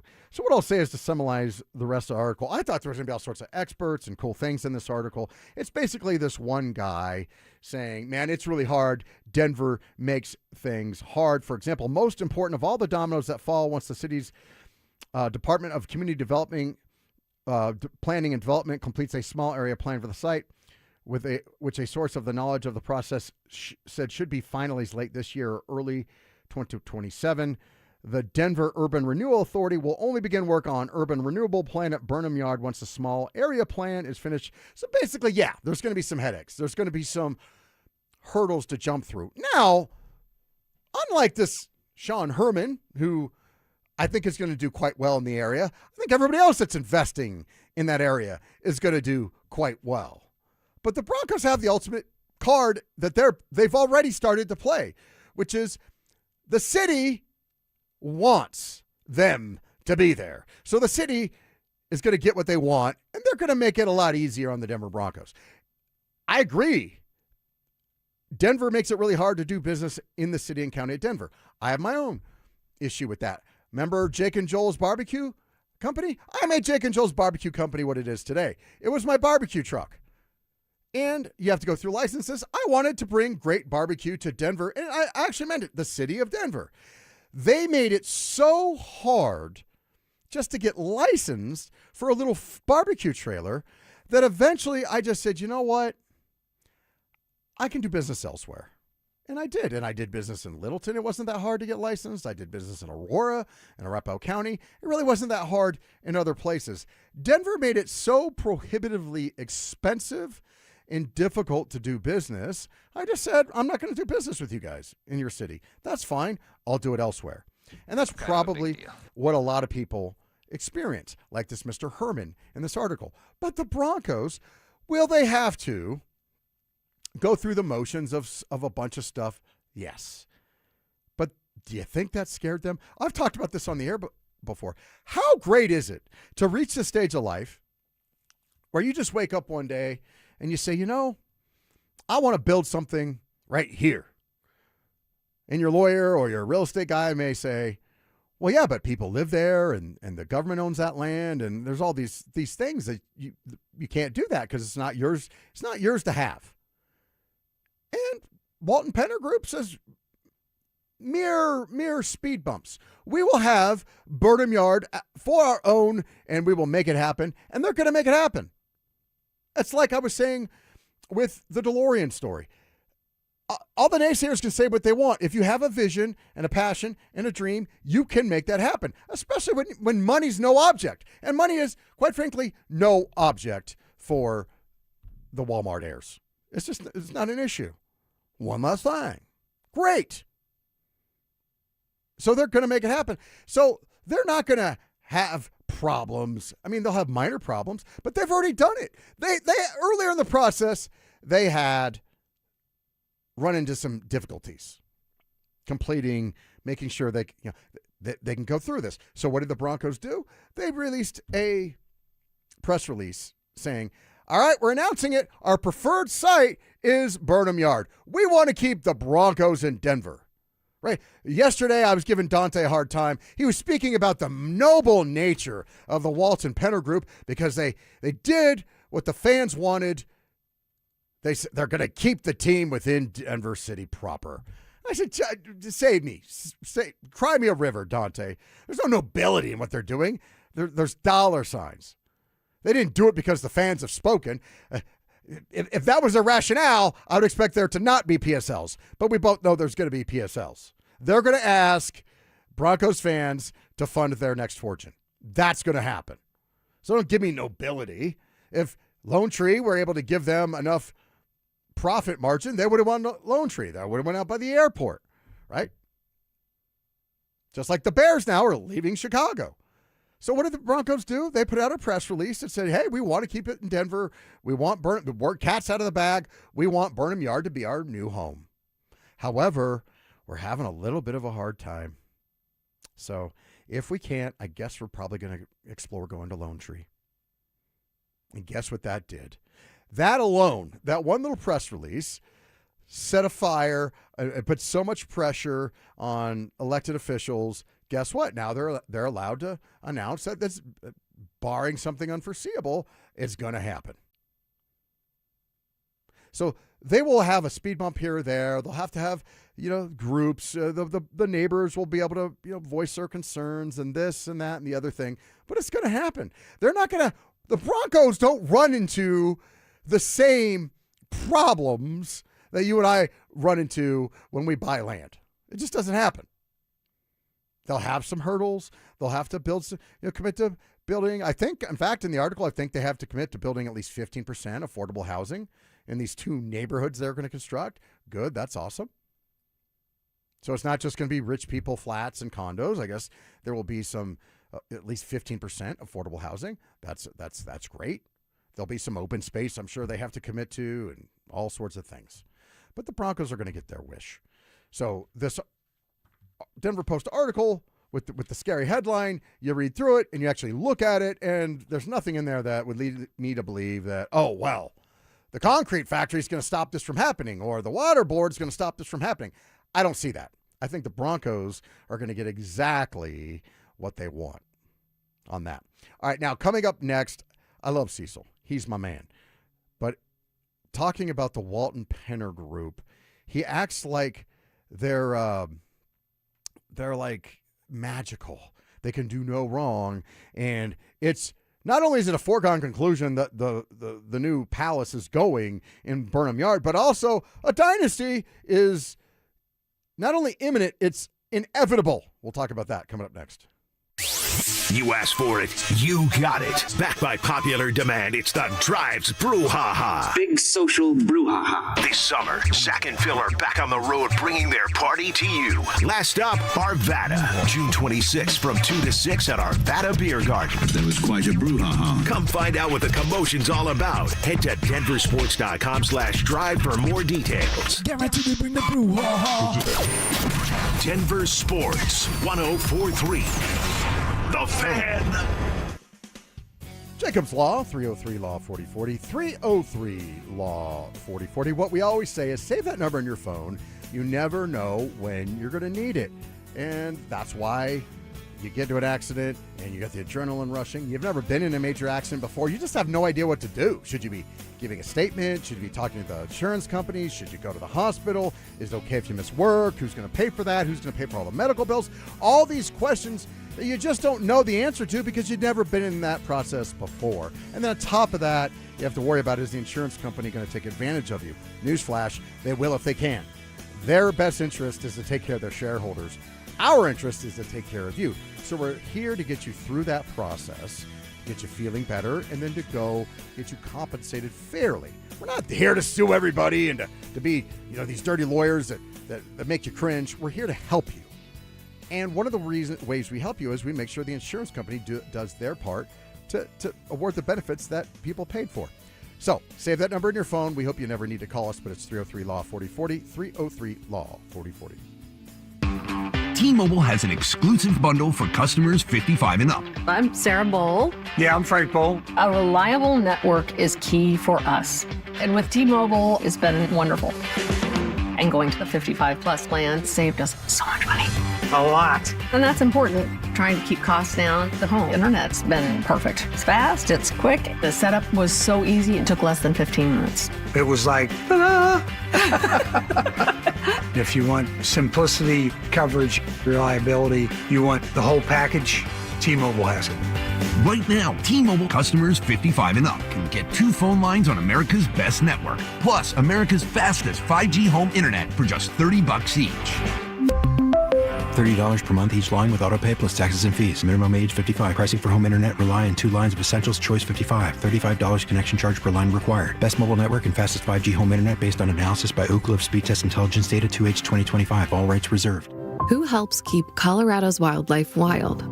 Our people do. Hello, my name is Patricia. I've been with Chevron for over 17 years. Her team uses GPS to track where mule deer and pronghorn roam throughout the seasons. This data helps us take their habitats into consideration when planning our operations. When we created our comprehensive wildlife and conservation program, it was really about what was possible. Learn more at colorado.chevron.com. Hey, it's Mike Evans. With all these Bluebird days in Colorado, enjoy the view through energy-efficient windows from Bluebird Windows and Doors. All June, it's their Buy More, Save More event. Save up to 20% on your window and door projects. And when you mention you heard it from me, you'll save an extra 5%. Bluebird's family-owned, serving the Front Range for over a decade, with windows, doors, and siding built for Colorado's harsh climate. Financing available. Visit gobluebirdco.com. Bluebird Windows and Doors. Make today a Bluebird day. Running a small business means juggling a lot. Your network has to handle it all. That's where a fiber-only provider falls short. You deserve a partner who gives you a greater advantage. Introducing the Total Solutions Advantage only from Comcast Business. A first-ever combination of the largest, fastest fiber-powered network, the most reliable Wi-Fi, gig speeds with equipment and security included, and a 5-year price lock. Plus, it's all backed by a 30-day money-back guarantee. The Total Solutions Advantage only from Comcast Business. A new standard for small business with reliability, security, and savings in one. When you add it all up, no one does business like Comcast Business.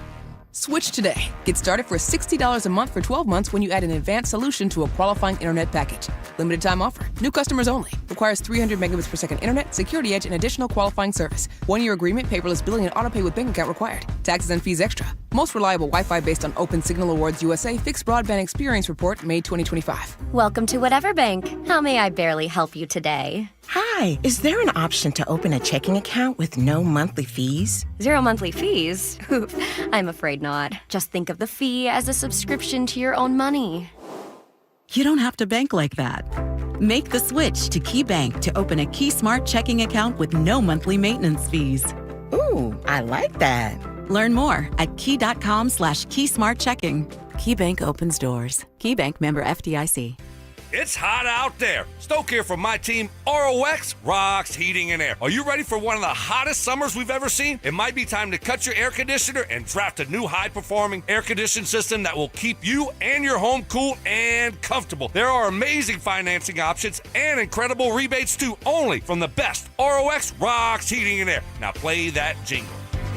HVAC service, installation, repair. ROX Rocks Heating and Air.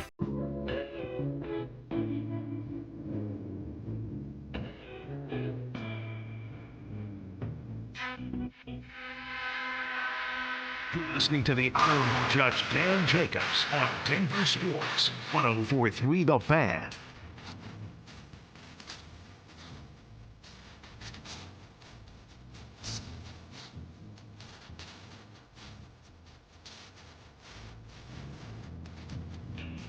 All right, from the Shop Honda text line. If I had $1 for every time a supermodel stood before me and offered me a good time, well, I wouldn't have $1. Yeah, that'd make 2 of us. We'd have $0 between us, texter. Let me see here. You know the routine, Honorable Dan. The Broncos, Walton Penner Group, have no intentions of moving to Burnham Yard. They're going to move to Stokely's backyard and make the city of Denver the bad guy. No, I don't agree with that. I think it's going to be in Burnham Yard. You don't invest $250 million.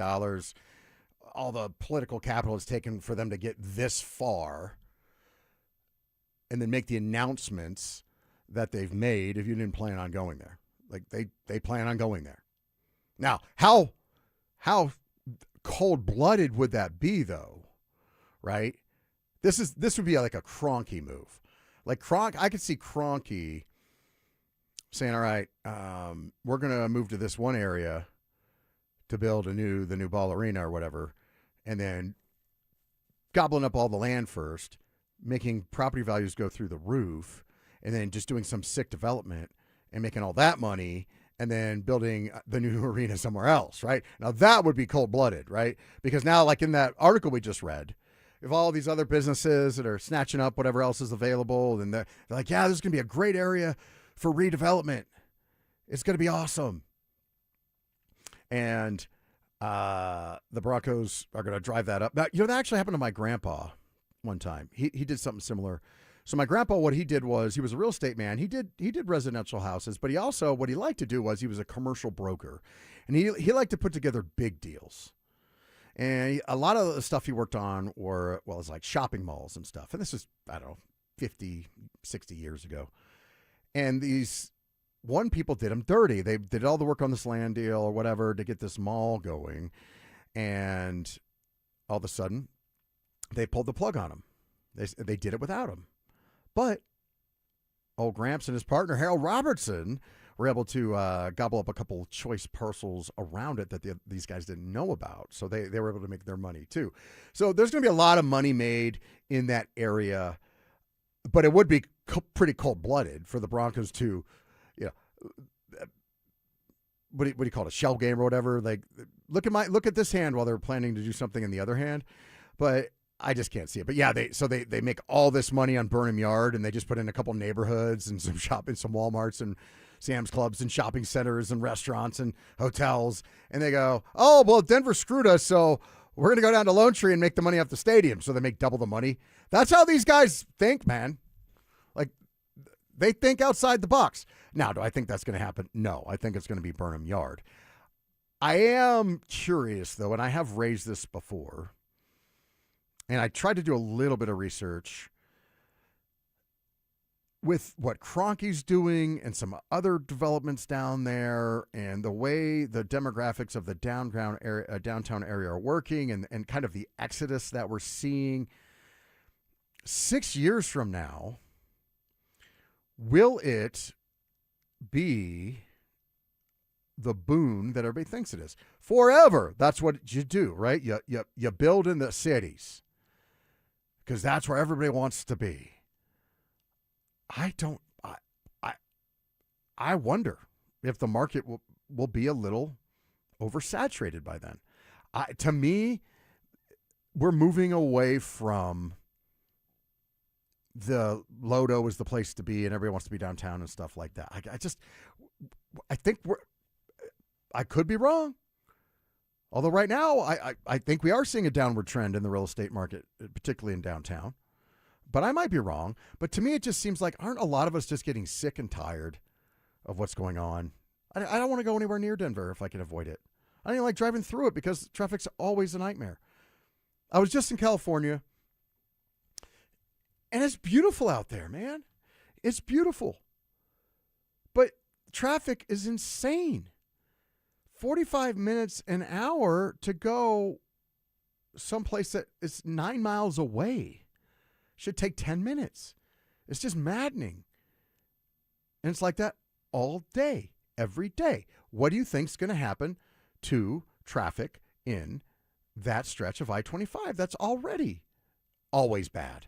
You think it's going to get better, or you think it's going to get worse? And I know they're going to try and do a bunch of innovative traffic things for, I don't know, some high-speed rail or whatever. Like I said, I think they're going to try and make it kind of like a little Grand Central Terminal there. I'm all for it. That's cool. I don't dig run around in cities. It's just a different perspective. I don't like.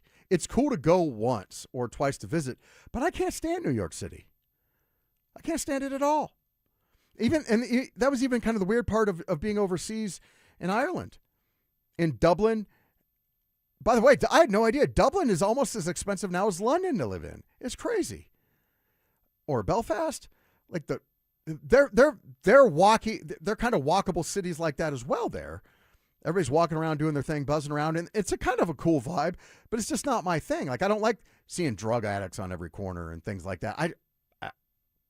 I'm like Irv used to say, we move up north. We take things a little slower up there. Like, I like kind of newer things. I like clean things. I like shiny things, I guess. I don't dig it. Every once in a while, it's cool.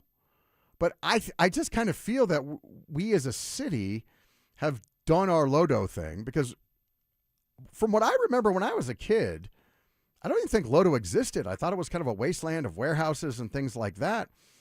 And then Hickenlooper and those guys, they kind of made Lodo, kind of turned into what it was, and it was really hot and popping for 20 or 30 years. It just seems like we're kind of transitioning away from that.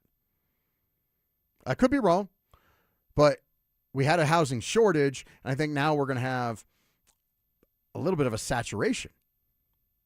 And we talked about it on this show before. We were kind of talking about it yesterday. The reason you want to build these towns is because you want to be able to make all the money all year long.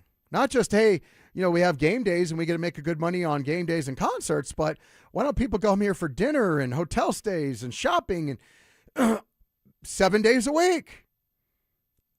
Maybe that's in downtown Denver. Seems to me that 16th Street Mall is struggling quite a bit. Well, that's what 16th Street Mall was it not? I don't know. Is it in good shape? How are businesses doing downtown since the pandemic? I don't know, but maybe they know something we don't. But it's fascinating for me to see, and it's a very interesting topic. A couple of you still seem to think, so let's see here. Steve in Denver says Burnham Yard is a toxic waste site of PCB rail waste and other things. Yeah, I'm sure there's some cleanup to do, but I do know this. I don't put the Walton Penner Group on such a pedestal like we're about to talk about, like Cecil has done, but they're smart and they know what they're doing. They know real estate development. I promise you that. You don't own the biggest company in pretty much the world, or one of, and not know how your way around real estate development and creative solutions and things like that. So there's a healthy amount of skepticism on the text line, the RomosLaw.com text line, about whether this project actually gets done. My point was, just like last segment, it's getting done. You can bet your bottom dollar on that. Now, next segment, let's get to it. You hear the promo, we're running. Cecil says, oh, dynasty. It's not a matter of if, it's a matter of when. Don't be so sure about that, Skippy. We'll talk about it next. 2 arrests, felony charges, excused from minicamp. Jonathan Cooper's future in Denver has never been more uncertain. Is it fair to think it's over for him in Denver? There's some moments where I'm like, man, at the end of the day, if the law and the league don't take him off the Denver Broncos, are the Denver Broncos going to be the ones to say, this is our new standard? Yeah. And despite us giving you a $60 million contract and being a huge part of our defense, you're still gone? I just keep going back and forth. If I had to choose right now, I think he's done as a Bronco. Denver Sports 104.3. The Fan. Jacob's Law, 303-LAW-4040, 303-LAW-4040. Save that number in your phone. A lot of people go suffer in silence because they get into an accident, they don't know what to do, and the last thing they want to do is they don't want to call a lawyer, and they certainly don't want to sue anybody. They don't want to be a bad person or a bad neighbor. There is no shame in getting the help you need, and we're here to help you with that. So you don't have to feel guilty about calling 303-LAW-4040. All we're going to do is come up with a game plan to get you feeling better, and then to get the insurance company to pay out the benefits that they said they would pay for when they took everybody's money. That's what we're going to do. But can you do that on your own? Well, you can try, but that's why I did the ad talking about the tale of 2 cousins. 2 cousins in the same car accident. One cousin took the promise of the insurance companies. She got $2,000, and they said they'd pay the medical bills. They gave her the $2,000, but when the medical bills came due, they were nowhere to be found. The other cousin, same thing. Like, I don't want to call a lawyer. She waited a long time to call us, as a matter of fact. But she wound up getting $1.1 million. Same accident, same cousins, dramatically different result. We're here to help. It's 303-LAW-4040. Save that number in your phone. You never know when you're going to need it. It's 303-LAW-4040. Joe Fallon did something smart. He saved hundreds on auto insurance switching to Progressive. With that money, he commissioned a portrait of himself. Does Joe already know what he looks like? Yes. Do guests know what he looks like? Also yes. But not as art. It's Joe's savings, and if he wants to spend it on a velvet painting of himself with a white tiger at his feet, we say, roar, Joe, roar. Switch and see if you could save with Progressive and treat yourself. Progressive Casualty Insurance Company and Affiliates. This is the story of the one who keeps multiple buildings running smoothly day after day. Plumbing that flows, HVAC that hums, cleaning supplies that keep surfaces sparkling. That's why she counts on Grainger. With easy reordering online and 24/7 support, Grainger helps her keep the products she needs on hand. So shelves stay stocked and buildings stay ready. Call 1-800-GRAINGER, click Grainger.com, or just stop by. Grainger, for the ones who get it done. It's hot out there. Stoke here from my team, ROX Rocks Heating and Air. Are you ready for one of the hottest summers we've ever seen? It might be time to cut your air conditioner and draft a new high-performing air conditioning system that will keep you and your home cool and comfortable. There are amazing financing options and incredible rebates too, only from the best ROX Rocks Heating and Air. Now play that jingle. HVAC service, installation, repair. ROX Rocks Heating and Air. Don't miss the Tree Farm's Father's Day sale now through Father's Day. See what's on sale at thetreefarm.com. Get up to 30% off all sizes of shade trees, flowering trees, and fruit trees, including aspen, apple, cherry, maple, oak, and more. For example, 3-year-old, 6-foot-tall autumn blaze maple trees, only $129.99 each. Now through Father's Day. Come see. You take I-25 to exit 235. Then 5 miles west to the Tree Farm. It's no secret that the checkout line feels a lot heavier. If those daily essentials are ending up on a credit card, those double-digit interest rates are quietly draining your bank account. If that debt is starting to feel heavy, you're not alone. And if you're a homeowner, you've likely looked at your mortgage rate and thought, I can't touch that. With American Financing's Smart Equity Loan, you don't have to. It allows you to wipe out high-interest debt and lower your monthly overhead while keeping your primary mortgage intact. It's a surgical strike against debt. Unlike a fluctuating HELOC, the Smart Equity Loan is a fixed-rate loan, giving you a predictable monthly payment. At American Financing, there are never any upfront fees to find out what you qualify for. Guys, talk to a salary-based mortgage consultant today. Experts who are paid to help you save, not sell you more than you need. So call them at 303-695-7000. That's 303-695-7000, or visit them online at americanfinancing.net. NMLS 182334, NMLSconsumeraccess.org.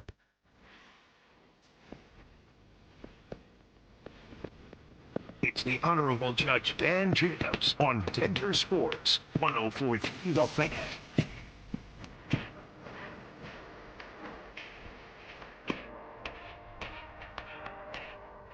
All right, so we're running the promo. Cecil Lammy, good friend. I enjoy Cecil, but sometimes we're going to have differences of opinion.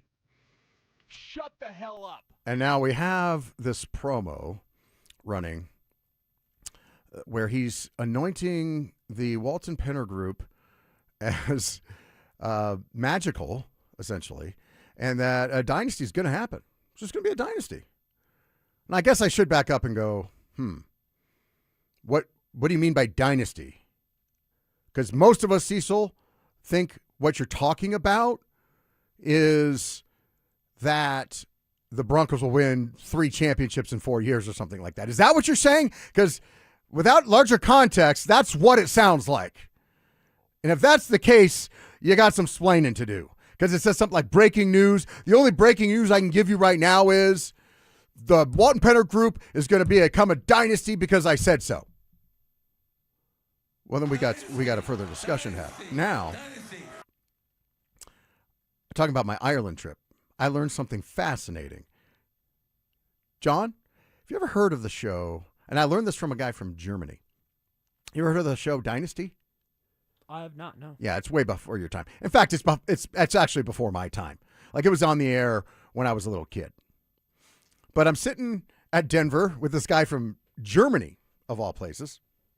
Really cool dude, and we're in the Titanic. So for those of you that don't know, not only was the DeLorean built in Belfast, so too was the Titanic.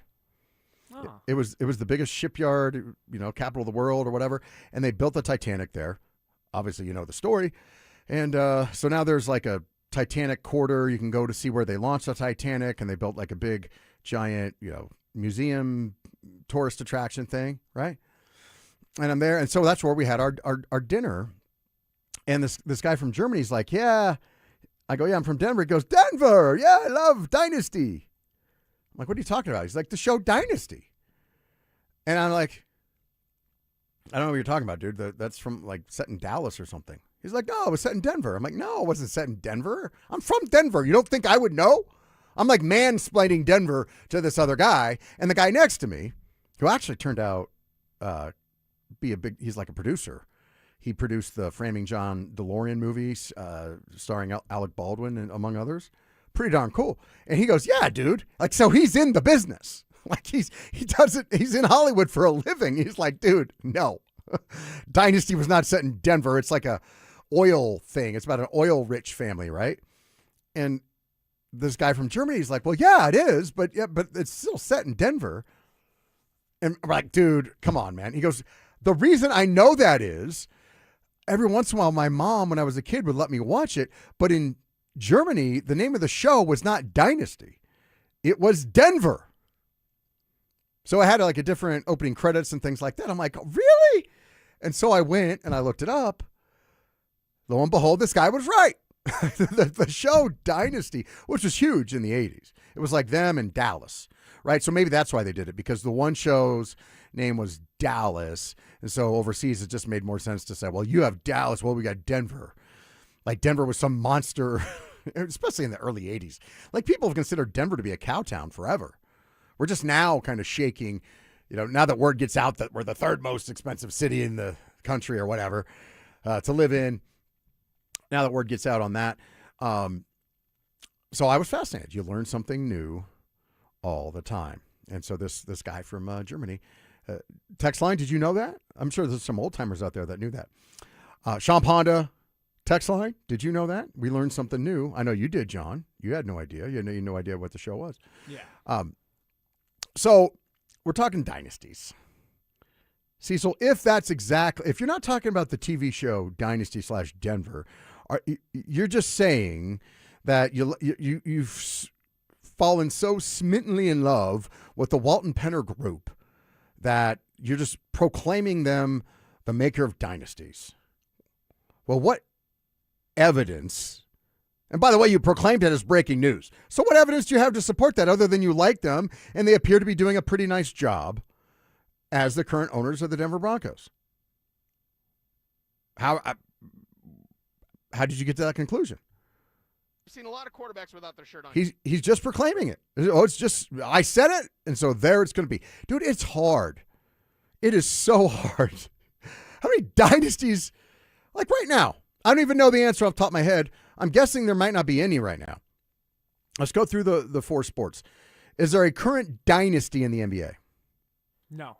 We saw one not too long ago, Golden State, right? We'd say that was a dynasty. Yeah, in fact, there have been, I think the last 8 seasons have been a different winner. There you go. Yeah. So currently no dynasties in NBA. In the NHL, would we say there's a current reigning dynasty? The Panthers, technically, they won 3 in 5 years, I think, but they're done now. Yeah. They're done. And the Lightning, I would also say they had a nice little run. So I would say we currently do not have a ongoing dynasty in the NHL. What about the MLB, Major League Baseball? Do we have a dynasty going on there? It depends on what you want to quantify. Dodgers have won 2. 2 out of how many? I think 2 out of 4. So they're probably right on the edge. I quantified as 3. I think it's 3 out of 5. Okay, so if they won this year, maybe they have an argument that they're a dynasty. But so for now, I would say they're not a dynasty. And in the NFL, do we have a dynasty currently going on in the NFL? Nope, just ended. Kansas City. Okay, so Kansas City, that's a good point. Kansas City did have a dynasty. Right now, we don't have a dynasty. So it's really hard to have a dynasty. In fact, it's so hard. You mentioned the Kansas City Chiefs.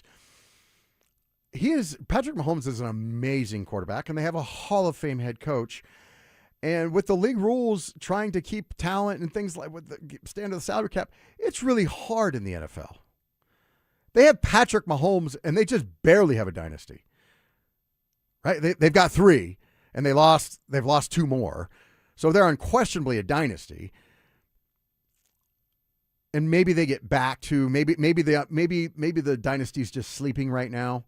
I heard something on the morning show, like there's this foregone conclusion that Patrick Mahomes is just going to pick back up and go back in time. First off, he's destroyed his knee late in the season. I'm sure he wants to be starting game 1. I don't know that he's going to be. Even then, he wasn't good last year. I'm here. It was funny. One of the things I was doing before the show last week was like looking up one of the stats, Bo Nix's stats, and he's top 10 in most categories. There's only 2 where he's not. One is completion percentage, and one is, I think, yards per attempt. And I think Patrick Mahomes was worse than him in one of those.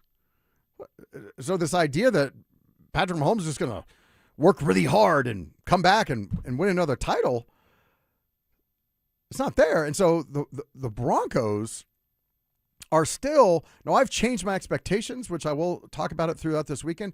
I've made a marked shift in my expectations for the Denver Broncos, and they're going to be a little bit tougher moving forward. But to just proclaim a dynasty based on what? Is Bo Nix, who's not even charitably, you might call him a top 10 quarterback. Now, name the time. In fact, I'm just going off the top of my head.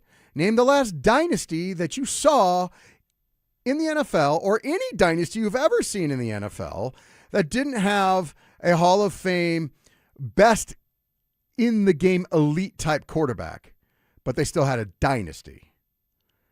I think you may. I think he actually doesn't get enough credit. You might say the Steelers with Terry Bradshaw. They won 4. And I think you're sliding Terry Bradshaw to say he wasn't one of the best quarterbacks. He's a Hall of Famer. Is Bo Nix a shoo-in for the Hall of Fame? I don't think there's any way any objective person analyzing the situation could say that Bo Nix is a surefire Hall of Famer and destined to win 3 to 5 rings. John, can you think of any dynasties in the NFL that didn't have a Hall of Fame top 10 type quarterback? No.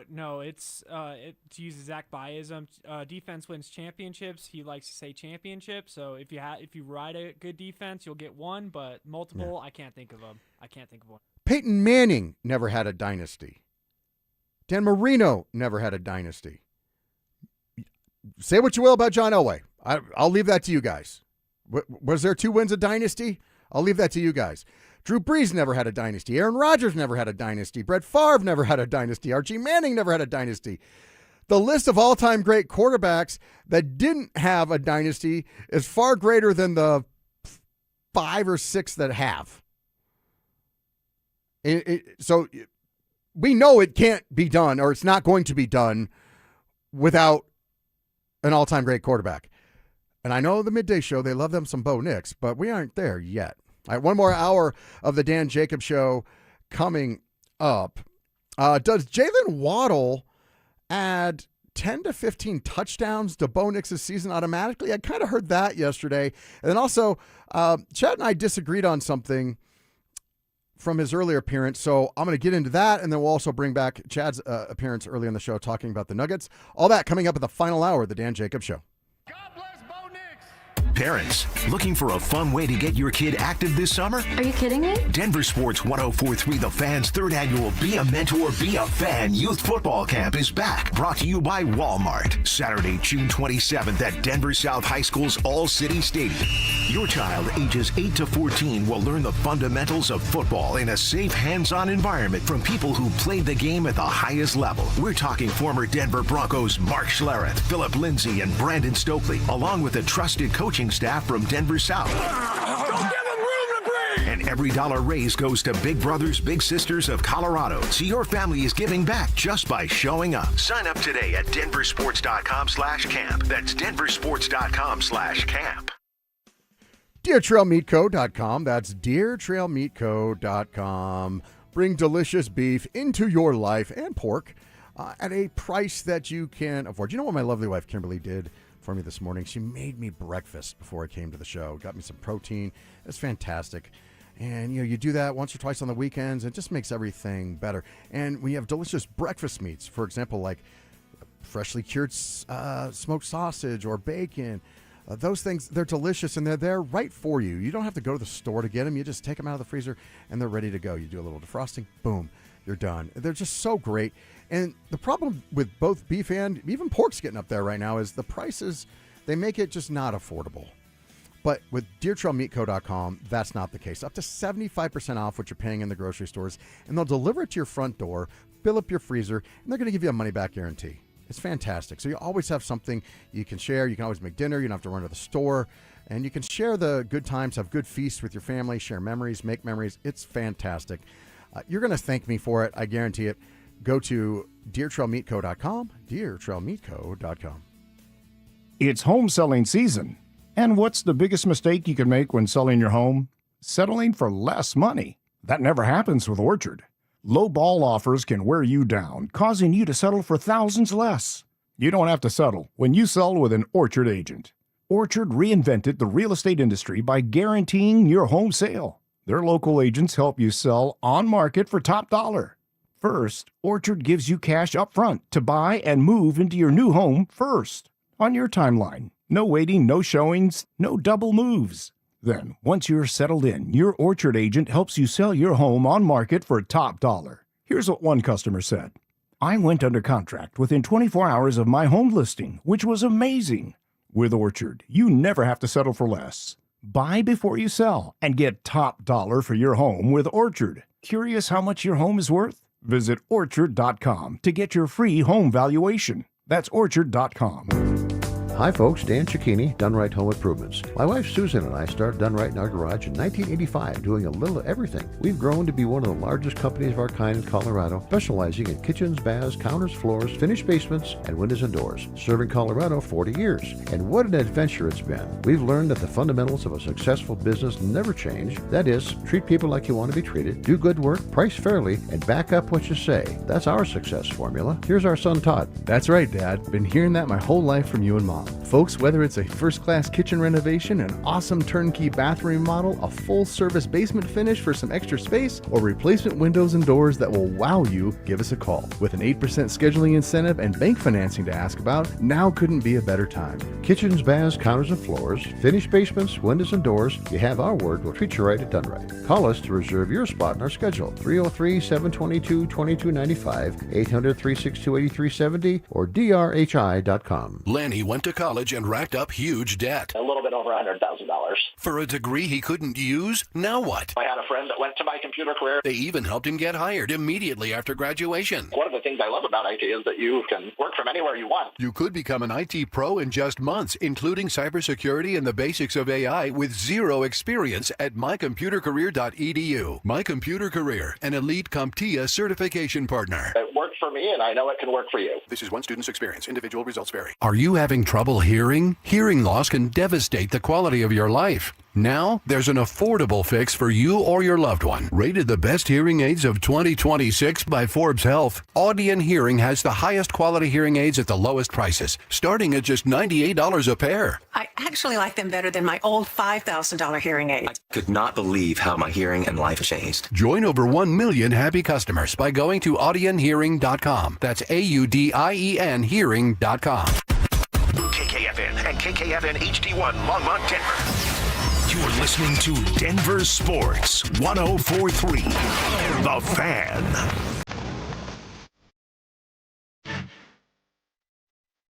Denver Sports 104.3 The Fan presents the Honorable Judge Dan Jacobs.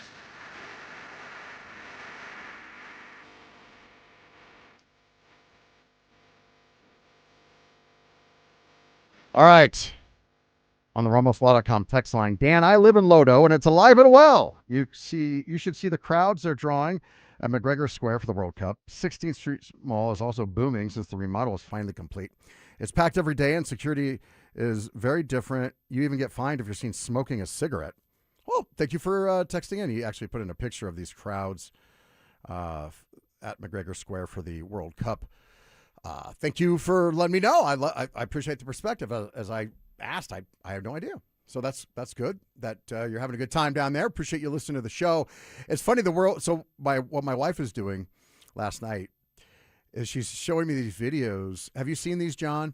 So of all these fans from around the world coming into the United States to experience the World Cup, and so they're seeing all these things they've never seen before. Like they're at the airport, they're getting stopped by security. They're like, "Why do you have gallons of ranch dressing?" Because they don't have it anywhere else. So they're like, this ranch sauce. How come nobody told us about this ranch sauce? Oh yeah, we got all the fat kid snacks over here. And so they're experiencing Waffle House and they're just losing their minds over all these things that are American. And I will say this. I did the opposite, right? They're coming here. I went overseas for about a week and a half, right? And I was experiencing things I hadn't experienced before. By the way, it is no wonder. You said fat kids. It's no wonder because we know how to make things taste good. Oh, yeah. And I was constantly running into that over there. I was just a little leery of the food, and it just kind of seemed off. And I don't drink a lot of soda, but every once in a while I'll order a soda. The soda over there doesn't taste as good. And my wife's like, well, that's because they've outlawed all this junk that we use to preserve things in the country that is terrible for you. She's probably right, but it's also delicious, apparently. Apparently, preservatives are delicious because a lot of the food over there was a little iffy. Now, I had a couple really great meals, which was fantastic. I had something very unique, John. I was going to tell you about how my American charm initially worked, but then fell flat. So we're at the DeLorean factory, and we're there all day. We're driving DeLoreans around the original DeLorean test track. How cool is that, right? That's pretty awesome. Iconic. And it's still a working factory. Obviously, they don't build DeLoreans. They build other stuff over there. So there's it's open 24 hours a day, right? They have different shifts, all these hard work. And it was cool. They were coming out, and they were just mesmerized by all the DeLoreans. But there's like a food trailer there so that all these hard workers can come out and get food. And I saw something on the menu that I'd seen around town, but I never had the guts to order. But I was done. I had nothing to do. I was waiting for the bus for another couple hours. So I go up, I say, I've seen these since I've been here. I see you have them on the menu. Can I get some battered sausages? Battered, deep fried, which is exactly what you think. It's like something you would get at the Texas State Fair. They take some sausages and they batter them up and they deep fry them. I'm like, I need this in my life. I have to have it. So I work up the courage after a few days and I say, can I please get a battered sausage? And she goes, oh, I'm sorry. We don't have battered sausages. And the look on my face must have been like you just killed my puppy or something. Because I said, well, no. But I came all the way from America for battered sausages. I've never had a battered sausage. She's like, well, would you like some chicken tenders? Okay. So she gives me some chicken tenders. And a lone tear goes down my face. And I'm waiting for, whatever. And this other lady goes, wait. I will get you some battered sausages because you've never had them before. But I have to make the batter fresh. So she gets out like a big giant commercial whisk and a big giant metal bowl, and she starts throwing all sorts of ingredients in it, and she's whipping it up. So she's like, give me some time. It's going to take me some time to whip up these battered sausages. Oh, my God. I was like, oh, yeah. And so we're talking about sausages, and they only basically have one sausage. I said, what type of sausage is this? She says, this is pork sausage. I said, oh, well. She's like, what type of sausage do you guys eat? I said, well, you have all sorts of sausages. She goes, like hot dogs? I said, no, in America, hot dogs are not sausages. It was like, what? Like, she totally blew her mind. And she's like, well, what type of sausages do you have? I'm like, well, you have breakfast sausages, which are different than other sausages. They're delicious. They're made out of pork. And then you have bratwurst and kielbasa and smoked sausages. And I go through all these sausages. It was just blowing her mind. And so I'm really happy. I'm excited, and I thought I'm gonna lay on that old Dan Jacobs Show charm, And so what I have with me is I have these really cool black business cards. They have a DeLorean on them. My daughter designed them, and they're really black with a nice surface, and then they have in foil a outline of a DeLorean and 303 Law 4040. And I'm handing these out to people because I'm trying to. Since the DeLorean was built there, if you ever run across anything, I'll pay you a finder's fee. I loved collecting DeLorean memorabilia, so I'm passing these things out. So I go to this lady. I said, "You've been so nice to me. I want to give you something special." She says, "What?" And I also put $10 because they didn't even charge me for the sausages. That's how nice were these people. So I'm going to give them some money, and with it, I said, "Now, if you take this card, do you see this card?" And she's like, "Yeah." "If you go to America," and I could tell halfway through, she's like, "I don't like you. I don't like what you're saying to me. Like this is not landing with me." I'm like, "If you take this to America, any American, you can give this card to any single American." And I'm expecting her to be kind of drawn into what I'm saying, and I could tell I'm losing her. And I said, "But if you go to America and you give this card to any American, they will give you absolutely nothing." And she didn't think it was funny. She didn't laugh. She's like, "You're a jerk. Enjoy your sausages." No, but I did a video. You can go on my Twitter. You can see I did one of those foodie videos about me trying the American trying crazy foods. So I tried the batter sausages. They were actually pretty darn good. They're pretty good. So the World Cup people came here. They're having fun with ranch dressing and Waffle House and all these great things. And I had a great time with battered sausages. The best Italian food I ever had was probably in Dublin. So I had a good time.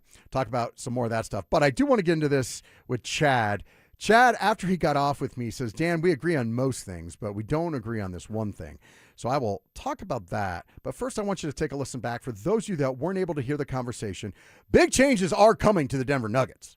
It's going to happen. I don't want you to be caught off guard. So I brought on Chad Andrus to talk about what exactly are we looking at here. And here's what he had to say. Chad, how are you, sir? I'm well, Judge. How are you?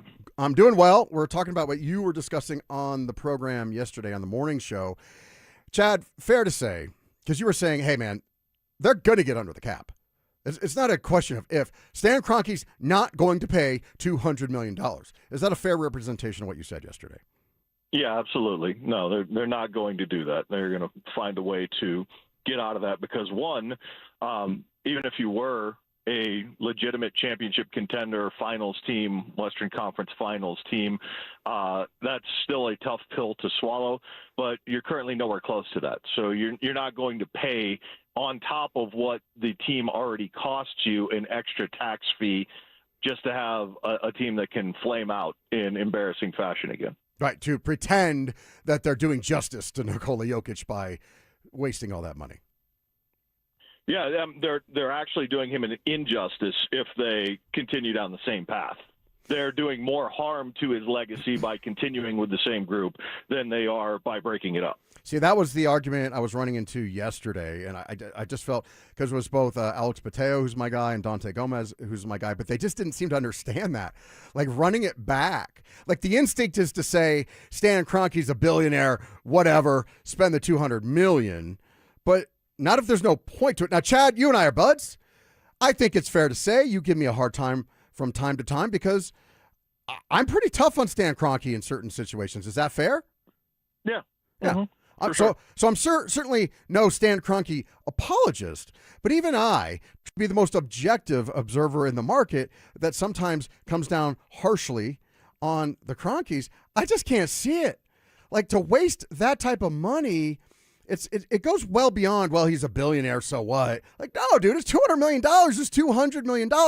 And as you mentioned, these guys are nowhere close to doing justice to Nikola's legacy. So do you think the fan base as a whole is going to feel the same way, though?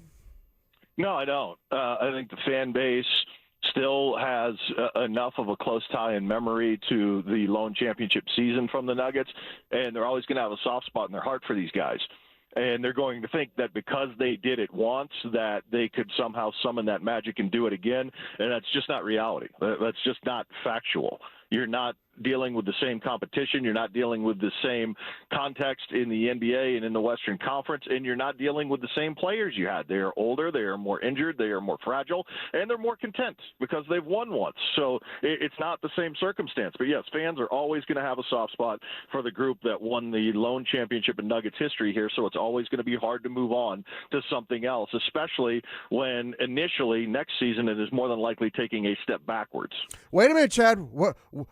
Don't be so negative. What if they re-sign Payton Watson and everybody is 100% healthy for the entirety of the playoffs next season? Doesn't Stan Kroenke have a duty to at least take that gamble? No. Why not? Because so what has happened with Jamal Murray and the Nuggets in general in terms of their roster makeup, I think has largely been written off as you have a T-Wolves problem, you have a Wolves matchup problem, and that's simply false. Yes, they have a problem matching up with Minnesota and how they play against them, but that style is not going to change against anybody in the Western Conference going forward. There's no team, now that they've seen what Minnesota has done to this team and the way they've mentally broken them by pressuring Jamal Murray full court and putting Murray and Jokic into every single action on both ends of the floor, every single minute they're in the game, and completely and utterly exhausting them so they cannot shoot effectively, so they cannot perform in the clutch, so they cannot get into their offense in a reasonable amount of time to function the way the Nuggets function during a regular season. There's no team going forward that isn't going to be capable of doing that in the playoff series. So don't write it off as a Minnesota problem. Every team going forward is going to have some form of similarity, long, athletic, lanky Jaden McDaniels to smother Jamal Murray. Every team is going to have some form of quick Io DeSumnu off the bench that will just continually put you in pick and roll and go straight downhill to the rim, and there's nothing Murray and Jokic can do about it defensively. And they're going to wear those guys out. The combination does not work going forward. So forget about your nostalgia and your soft spot in the heart and how effective they were. The Nuggets have to play a different style because there is no playoff matchup going forward in the series that will not be exploited with the current way they've structured their roster. All right, so let's get a little deeper into this because this is all confusing stuff. So let's start with this question. You said they're going to get under the cap or whatever. There's so many layers to that. Is what you're saying is they're going to do a hard reset, do what it takes to get completely under the tax threshold, thereby resetting their repeater clock, right? Is that what you're saying they're going to do? That would be ideal. It's going to be tough to execute. But, yes, I think if they could accomplish that would be, objective goal number one.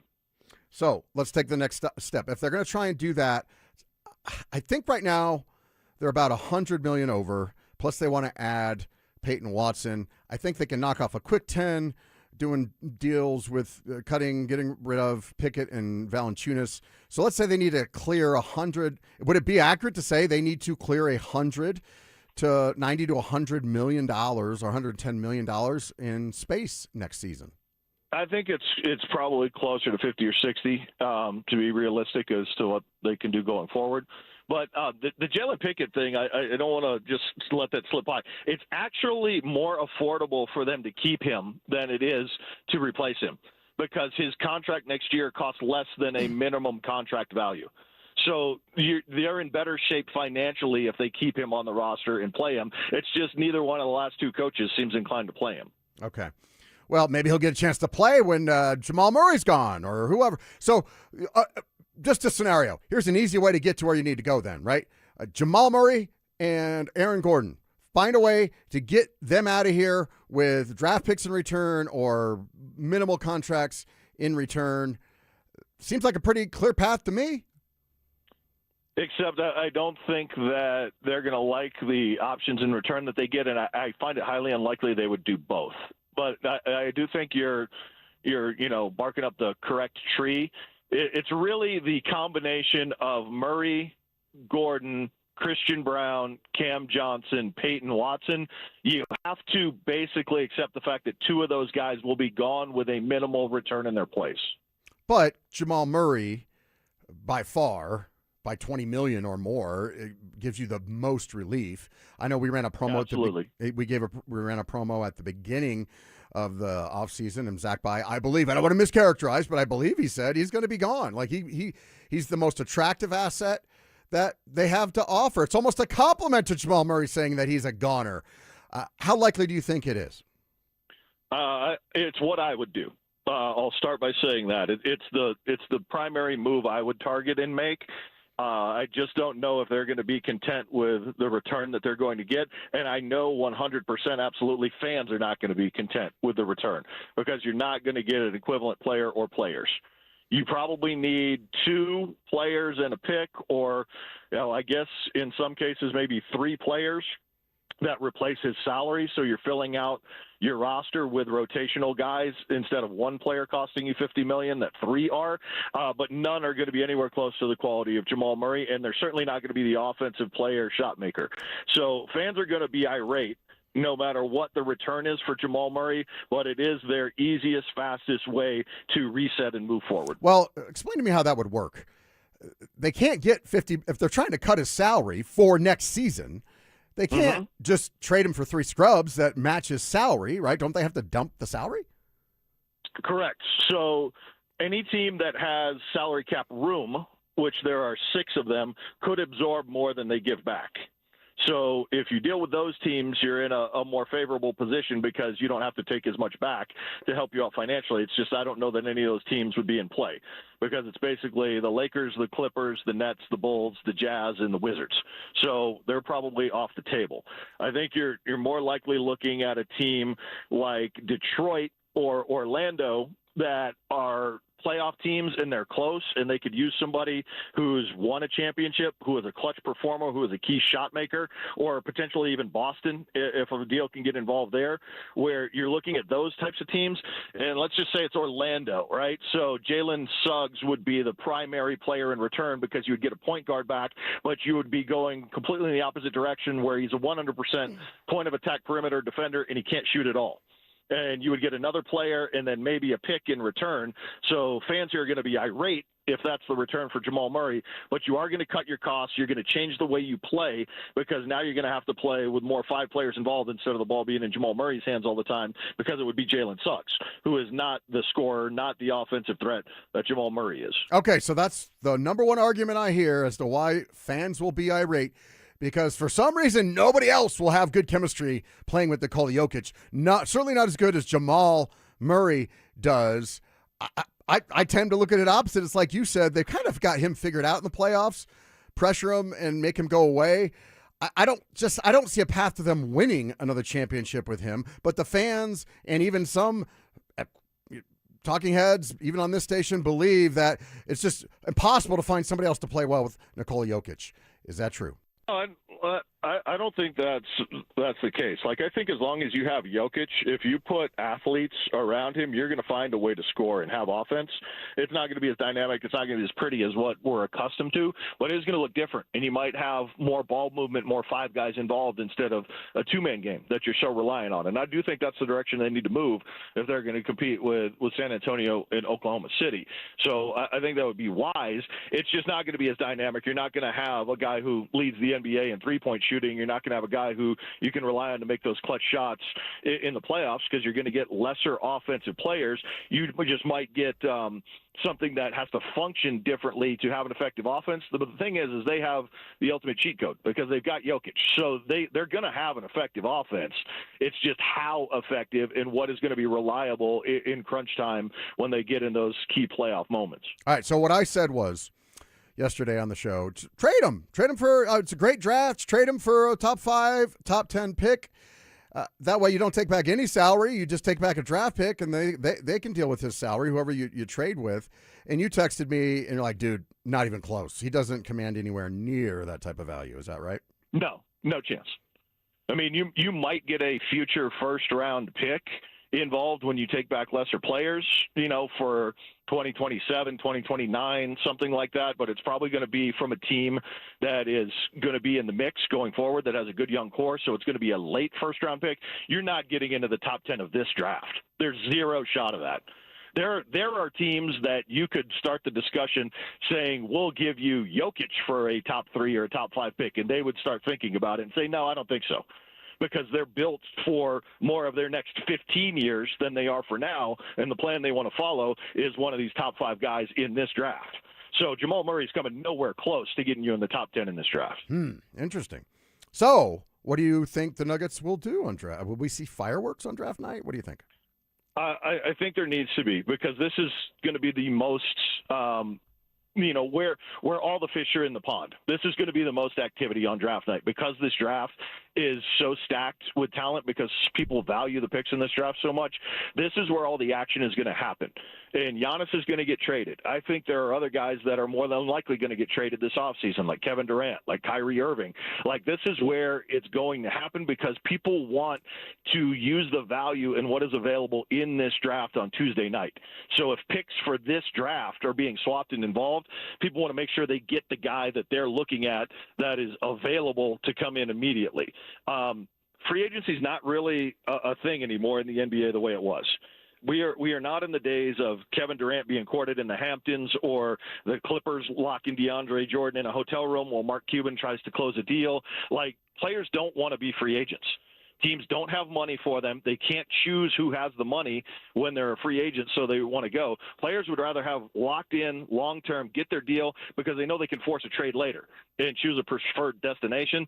So free agency is not the thing now. Everything now is a trade. When you're talking about big-time shakeups, star players, and getting guys and building for your future, it's trading and picks, and the draft is the time to do it. There's not going to be a more active environment to make a big deal than there is in working with more than one other partner for a 3-team, 4-team, 5-team deal than there is on Tuesday night.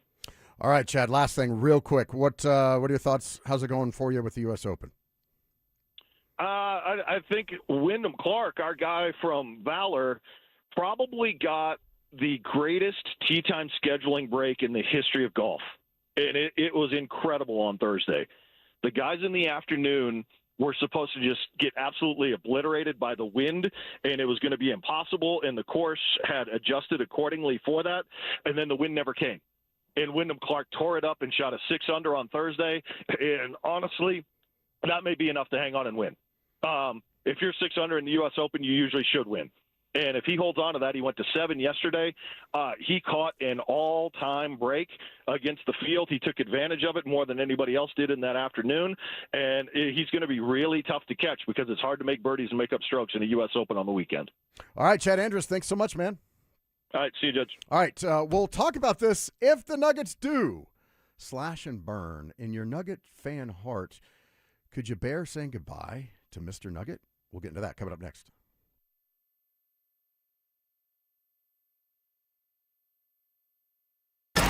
Three years ago, the Broncos were a laughingstock.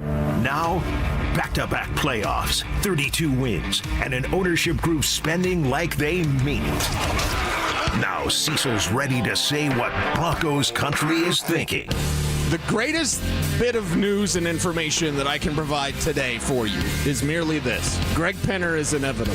Greg Penner is undeniable. Greg Penner and the Walton Penner Group and the Denver Broncos are going to be a dynasty. They just are. That sort of businessman, that sort of business people do is they excel. Denver Sports 104.3. The Fan. This is the story of the one. As a maintenance engineer at a beverage manufacturing plant, he starts his day knowing every line is ready to run, because Grainger delivers the industrial-grade products he needs to keep mixers, conveyors, and packaging equipment moving. With Grainger's vast selection of bearings, belts, and motors, he keeps operations running smoothly, so nothing grinds to a halt. Call 1-800-GRAINGER, click Grainger.com, or just stop by. Grainger, for the ones who get it done. If the world were like a Sleep Number mattress, everything would adapt for your comfort. Because as your life changes and your body changes, Sleep Number mattresses adapt and shift to give you personalized comfort night after night. And right now, new mattresses start at $1,500 during our 4th of July sale. To experience a whole new world of comfort, visit a Sleep Number store or go to sleepnumber.com. Sleep Number. To a good life sleep. Rob Dino here at BeatTheDA.com. I've handled over 7,000 cases, 300 trials. Let's face it, divorce is really impactful. You may have a controlling spouse. You may have a violent spouse. You may have been a victim of a domestic violence. You may be wrongfully accused of domestic violence. This all affects parenting rights. And let's face it, the kids are the most important. These are the things that need to be handled. They need to be handled appropriately by someone that's going to protect your kids and protect your rights. Hit me up at BeatTheDA.com, 720-706-5151. When you decide to sell your home, don't settle for a good agent. Go for a great one. Go for a Weichert agent. A Weichert agent looks at you as a partner, not a transaction, and will work day and night to get you the results you're looking for. And your Weichert agent is backed by the Weichert brand. With over 50 years of experience, Weichert agents have guided thousands of buyers and sellers through every facet of home ownership. Don't settle for good, go for great. Work with a Weichert agent. Each Weichert franchised office is independently owned and operated. Hey guys, Mark Schlereth here from my friends at Xfinity. What if you had the most reliable fiber-powered Wi-Fi and the price didn't change for 5 years? Thanks to Xfinity Summer Savings Event, you don't have to worry about that part of your future. Now through June 22nd, get gig Wi-Fi for just $50 a month for 5 years with equipment and unlimited data included. No strings, no commitments, and get online in minutes with same-day Wi-Fi. You're guaranteed 5 years of Wi-Fi that finds and fixes problems before you even notice them, like super intelligent Wi-Fi that keeps you protected from online threats. Plus, you can even try Xfinity Mobile free for a year. Lock in your price and unlock the possibilities during the Xfinity Summer Savings Event. Get it now at Xfinity.com. Restrictions apply. Requires paperless billing and auto pay with stored bank account. Taxes and fees extra. After 12 months, regular rates apply to Mobile Select. Xfinity Internet required. Speeds vary. Use of fiber coaxial cable. You're listening to the Honorable Judge Dan Jacobs on Denver Sports 104.3 The Fan.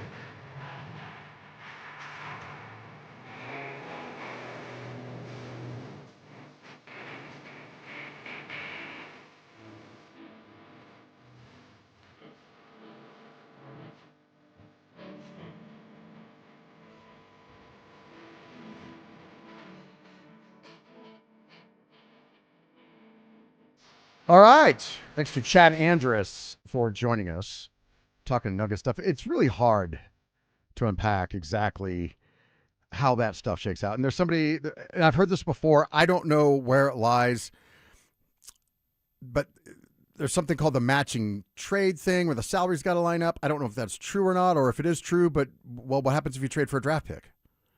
Can't trade. What salary lines up with a draft pick? You can't just trade a player for a draft pick. What happens then? Or do you have to include enough players to the salaries match up? I don't know. Like, they've really made. I'm struggling to see how, and I'm a lawyer. Like, I deal with complex legal things all the time. I'm struggling to see how a setup like this is benefiting this with this type of complexity. How it benefits the league and the players. It's just, it's very odd. And I have all sorts of issues. I'm just not a big NBA guy anymore. I used to, when I was growing up, I love the NBA. Great stuff. Love the Nuggets.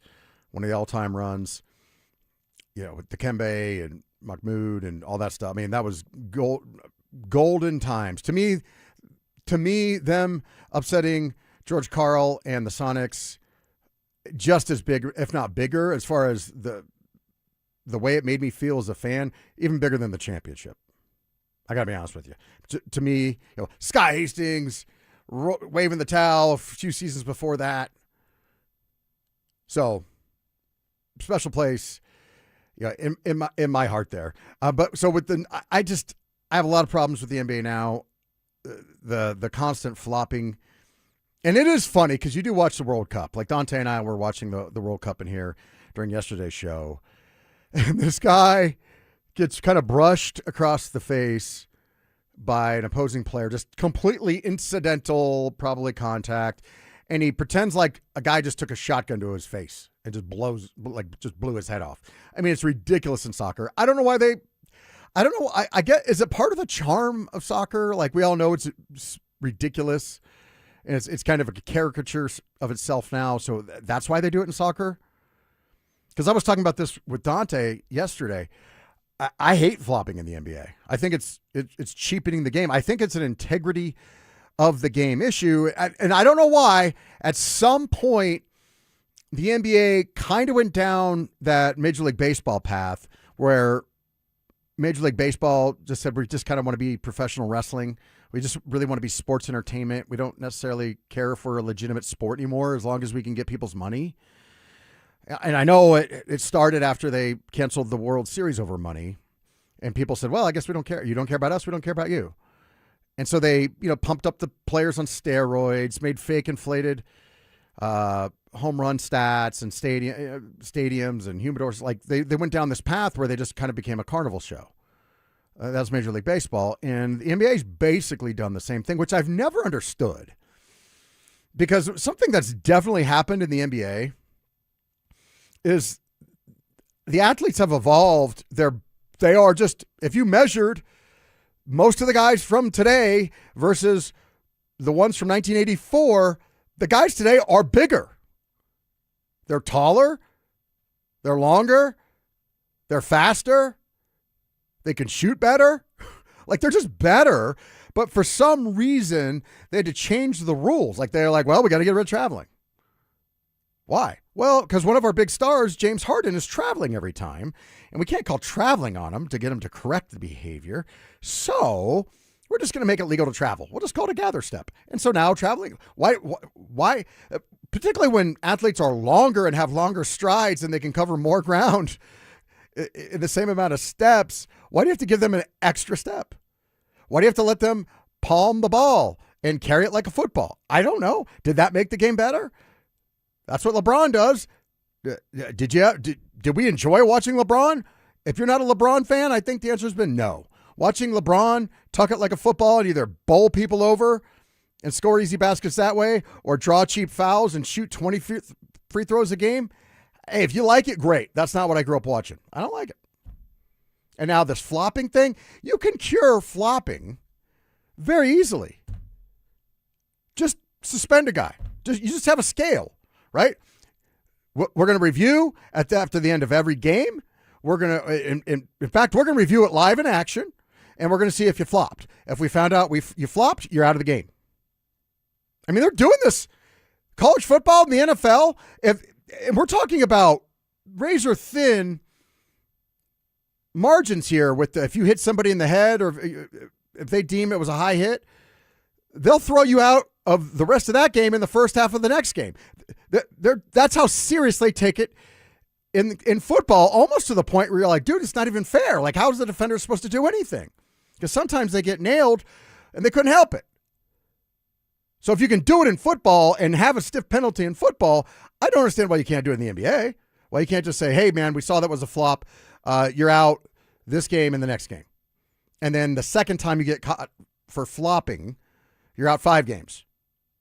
Third time 10. Fourth time 20, whatever. Like it would stop immediately. Once, within 10 games, nobody would be flopping anymore. But for some reason, the NBA says it's in the interest of our league to take away the integrity of the game. And hey, man, maybe it's working. If you talk to Chad will tell you the game has never been more popular worldwide. Soft. Okay, well, I guess if it's working for them, okay. Just like the NFL, if they want to do all these streaming things and alienate fans and make it more and more difficult to consume their product, even though the more people consume it, the more they can charge their league partners for money and revenue. But hey, if they think that the way to grow the game and to keep people interested and captive is by making it so we can see less of the games, by having all these different streaming services and this and that, and okay, like, history will be the judge. But so I have the issues with the NBA. I don't know how this insanely complex salary structure helps anybody. But it is. Whatever. Now, with Chad, I was mentioning that we had this thing where we didn't agree. So we had that interview, and he texted me off air. He says, Dan, we agree on almost everything, except for I do take exception to the way you categorize it. In fact, actually, let me just read Chad's text. I don't think he'll get mad. There's nothing incendiary in here. I'm not betraying any confidences. Chad said, I texted Chad after the interview and I said, dang it, we forgot to scream at each other. Because normally I get loud, Chad gets loud. We don't mean anything by it. That's just how we communicate. Right? Like a lot of families are like that. My family's like that. I know the Marilats are like that. Chad's family's obviously like that. It's fun. It's not always fun for other people, but we're like, hey. So he and I usually are no malice. We're just kind of going after each other. It was a perfectly fine interview. And then he said, well, we mostly agree on the Nuggets, except your take that they're soft and quit versus my take that they're not physically good enough. So that's where our disagreement is. To which I replied, yes, we do disagree on that. I simply do not believe that if the Nuggets played up to the best of their ability, they wouldn't have beaten that decimated T-Wolves team. I'm sorry, you're not going to convince me that Jamal Murray is not a good enough player to play better than he played in that series. Of course he is. You want to know why? Because he did it during the regular season. And he was third team All-NBA. But he did not play at the same level against a decimated T-Wolves team. Did he have the ability? Did he have the, what did Chad call it? The physical ability? Was he not physically good enough? No, physically he can do it. He didn't. He didn't do it. To be honest, even though he wasn't as big of a disappointment as Jamal Murray, to be honest, we know that Nikola Jokic is physically good enough to play better than he played against the T-Wolves. You want to know how we know that? Because we see it almost every other time he steps onto the court. It was an anomaly. It's not that the Nuggets don't have enough talent, and I don't even really like the way a lot of people characterize it, like, well, they got to be more athletic. They're all athletes. Are you kidding me? They're all athletic. They're all skilled. They wouldn't be getting, you know how much money they've got? Christian Brown, $125 million. Jamal Murray, close to a $250 million contract. Nikola Jokic making, $60 million. Like, they're all getting paid at the wazoo because they're not good athletes? Because they're all a bunch of John Paxsons out there? No, they're physically good enough. They're athletically good enough. They're mentally weak. Michael Jr. Porter. They are not willing to do what it takes to be a championship team again. Period. End of story. Full stop. And they're not even close. I think Chad and I fundamentally agree. Maybe we're just kind of talking about parameters or semantics. Yeah, I believe what Chad was saying was right. Like, they need some guys that toughness-wise, maybe they don't look to shoot first, but they can pressure and this. I'm all for it. They need a culture shift.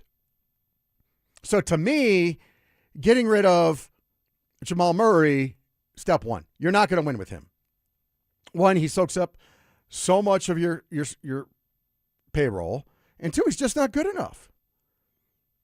He's not consistent enough.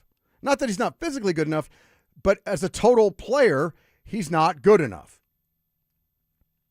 Period. He disappears when you need him. He's had a nice career. He's had a thrilling moments. And yes, he was part of, like everybody else on that team was, he was a part of them getting a championship. They probably don't get the championship without him. I'm not taking anything away from him. He's not a team that you can build, one of the two players you can build a championship around. And he makes too much money. And the biggest part is, how do you tell everybody else in the locker room that they have to play up to a certain standard, but then Jamal Murray gets to create his own rules? It doesn't work. He's got to go. It's one thing if he's Michael Jordan or LeBron. He's not. He's made one All-Star team in 10 years. When I started asking this question 4 or 5 years into his contract, it was like, well, he's young. 5 years in? But now all of a sudden, after a decade in the league, at least half his career's over. If it's not 3/4 of the way over, he's got one All-Star team appearance. A third team All-NBA.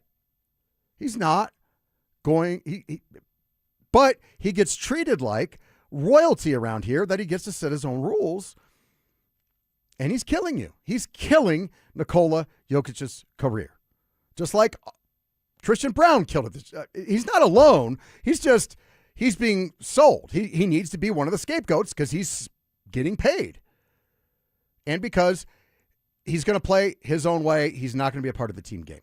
All right, one more segment here to go. Wrap it up with a little more Broncos talk, Nuggets talk. We'll get to the Schomp Honda YouTube chat line as well as the RamosLaw.com text line, and then we'll be back at it tomorrow morning for the Easy Like Sunday morning edition of the Dan Jacobs Show. Stick with us for one more segment. One can't stay on the court. The other can't stay on the field. There are certain things that are putting Aaron Gordon and J.K. Dobbins in the same conversation, and neither one should be happy about it. So is Aaron Gordon now in the J.K. Dobbins category in your mind, that it's not a matter of when he gets hurt? Or if he gets hurt, it's when he gets hurt, and how long will he be out? I mean, is it, at this point, is this just the way he's going to be? Yeah. A part-time player, and you're going to be holding your breath, especially come playoff time, every game. Denver Sports 104.3. The Fan. 2026 is shaping up to be an amazing year to buy a home in Colorado. If you've been dreaming about getting into your first place, upgrading for more space, or downsizing for a simpler lifestyle, now is a smart time to start planning. And the first step is easy. Get pre-approved. With American Financing, you can get it done in 24 hours or less, so you'll know exactly what you can afford before you start shopping. Rates have been dropping, home prices are steady, and more homes are hitting the market. You could score the right home at the right price and lock in a monthly payment that fits your budget without stretching yourself thin. And unlike renting, every payment you make goes toward your future, not your landlord's. And here's a misconception that they love to bust. You don't need 20% down. Many buyers purchase with as little as 3% down. So if home ownership is on your 2026 goals list, make it happen. Call American Financing, 303-695-7000. That's 303-695-7000, or visit them online at AmericanFinancing.net. NMLS 182334, NMLSConsumerAccess.org. Buy gold and put some silver in your pocket. I know what you're thinking. Everything's expensive right now. How am I going to buy gold? It's Ron Paul. Nowadays, a lot of things are out of your control, but there is something you can do right now to diversify your retirement, and it doesn't cost you anything out of pocket. My friends at Birch Gold Group will help you convert an IRA or 401k into an IRA in gold, a time-tested hedge against inflation. Plus, in honor of America 250, Birch Gold is going to give you a special America 250 1-ounce silver round for every $10,000 you purchase by July 2nd. Text the word SECURE to the number 989898 to get a free info kit from Birch Gold and claim eligibility for this limited time offer. Again, text the word SECURE to 989898 today. The hot weather is here. Stoke here from my team. ROX Rocks Heating and Air. Has another company told you that you need a new air conditioner? Time to throw in the challenge flag. Rocks Heating and Air offers no obligation, free second opinions. There are amazing financing options and incredible rebates too, only from the best. ROX Rocks Heating and Air. Now play that jingle. HVAC service, installation, repair. ROX Rocks Heating and Air. So, you're ready to propose, huh? Yeah, man. She's definitely the one. What are we thinking about the ring? I got my wife's at Hellsberg. I couldn't recommend a better jeweler. I could use some help with that. Man, go to Hellsberg. I had no idea how many details you need to consider. Did you know you can get a natural or lab-grown diamond? I didn't. Figure out what she wants. Trust me, they'll make it happen. Start your story with Hellsberg. Shop in store or at hellsberg.com. Done Right Kitchens, baths, counters and floors, finished basements, windows and doors. Our 8% scheduling incentive and bank financing to ask about make a great time to call 800-362-8370 or drhi.com.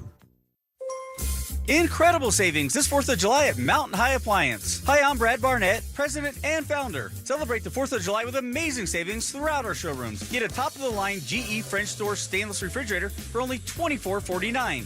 Save almost $2,000. Save $3,000 on an entire cafe stainless kitchen, now only $88.86. Plus, we'll match any local competitor's price. Mountain High Appliance, your favorite appliance store. Thank you. Tune in Tuesday afternoons for Injury Insights with Zach Bai and Dr. Joseph Ramos to hear the latest injury news on your local teams and around the world of sports. Ramos Law. What makes us different makes us better.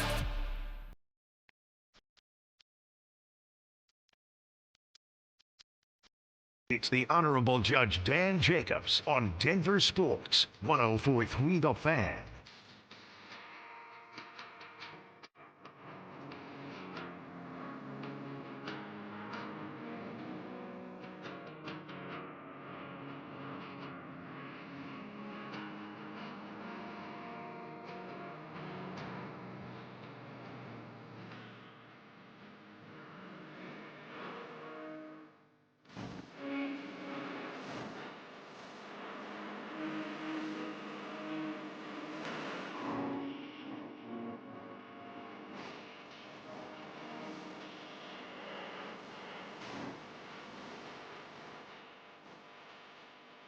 All right.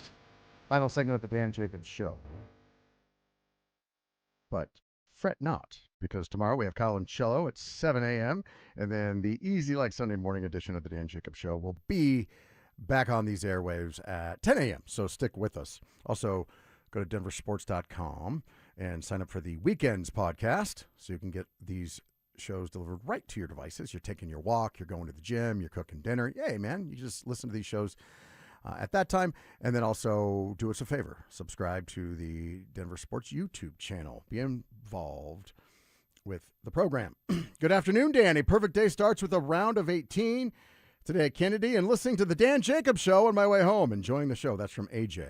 Well, hopefully you played well, AJ. Hopefully you played well. On the RamosLaw.com text line, I think the NBA is the only professional sport where the players run the league. Yeah, although I'll say, I don't know, baseball. Baseball's pretty kind of ridiculous on that front as well. It is one of the things I struggle with in my, now that I'm in my middle-aged scream at the clouds mode, where like, how did we get here? Like when I was a kid, Broncos players had to like have two jobs. Like they had to work somewhere in the off season. And now it's just insane the amount of money. Jamal Murray's going to make $500 million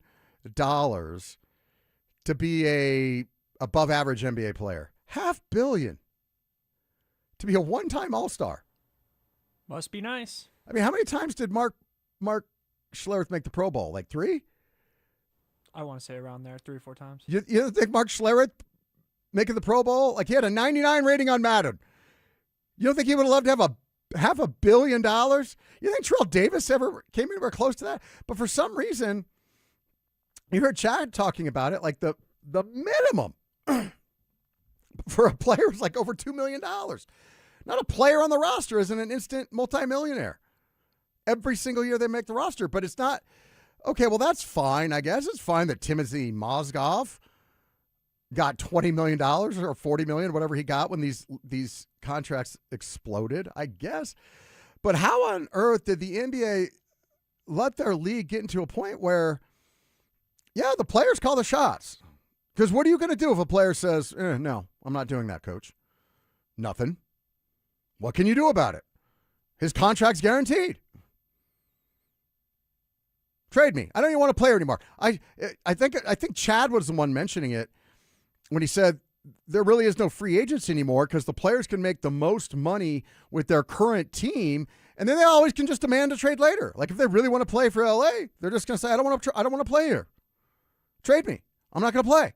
What do you mean you're not going to play? We're paying you. We're paying you $50 million this year. Like top of the league max contract guys going, well, I'm not going to play here. What? You don't want your $60 million this year? You're 50? No, I do. I want to play for the Clippers. It's mind-boggling. Like, how did we get here? And then now, like we're talking about with the streaming and like the fans are having a harder and harder time just consuming the product. And now we're paying out of our pocket more for the privilege of watching, these gazillionaire athletes. I don't know. And then the NIL, I know I sound like the old man. It's just, it makes it hard. Like sports is supposed to be our escape, where we can have a passion. It gets us through the week because we know there's going to be football. We know the Nuggets are going to play tonight or whatever. And then they just make it hard. It's just, sometimes it's hard. I don't know. Maybe every guy in my stage of life goes through that. Or maybe we're kind of living in some unique times. I'm high on both. Yeah. So on the RamosLaw.com text line. Oh, Dan, how did we get here? Attorneys and free agency. That's how we got here. Well, free agency is only, I don't know what attorneys have to do with it, but the free agency thing is, that's actually a pretty good answer, except for owners can't help themselves.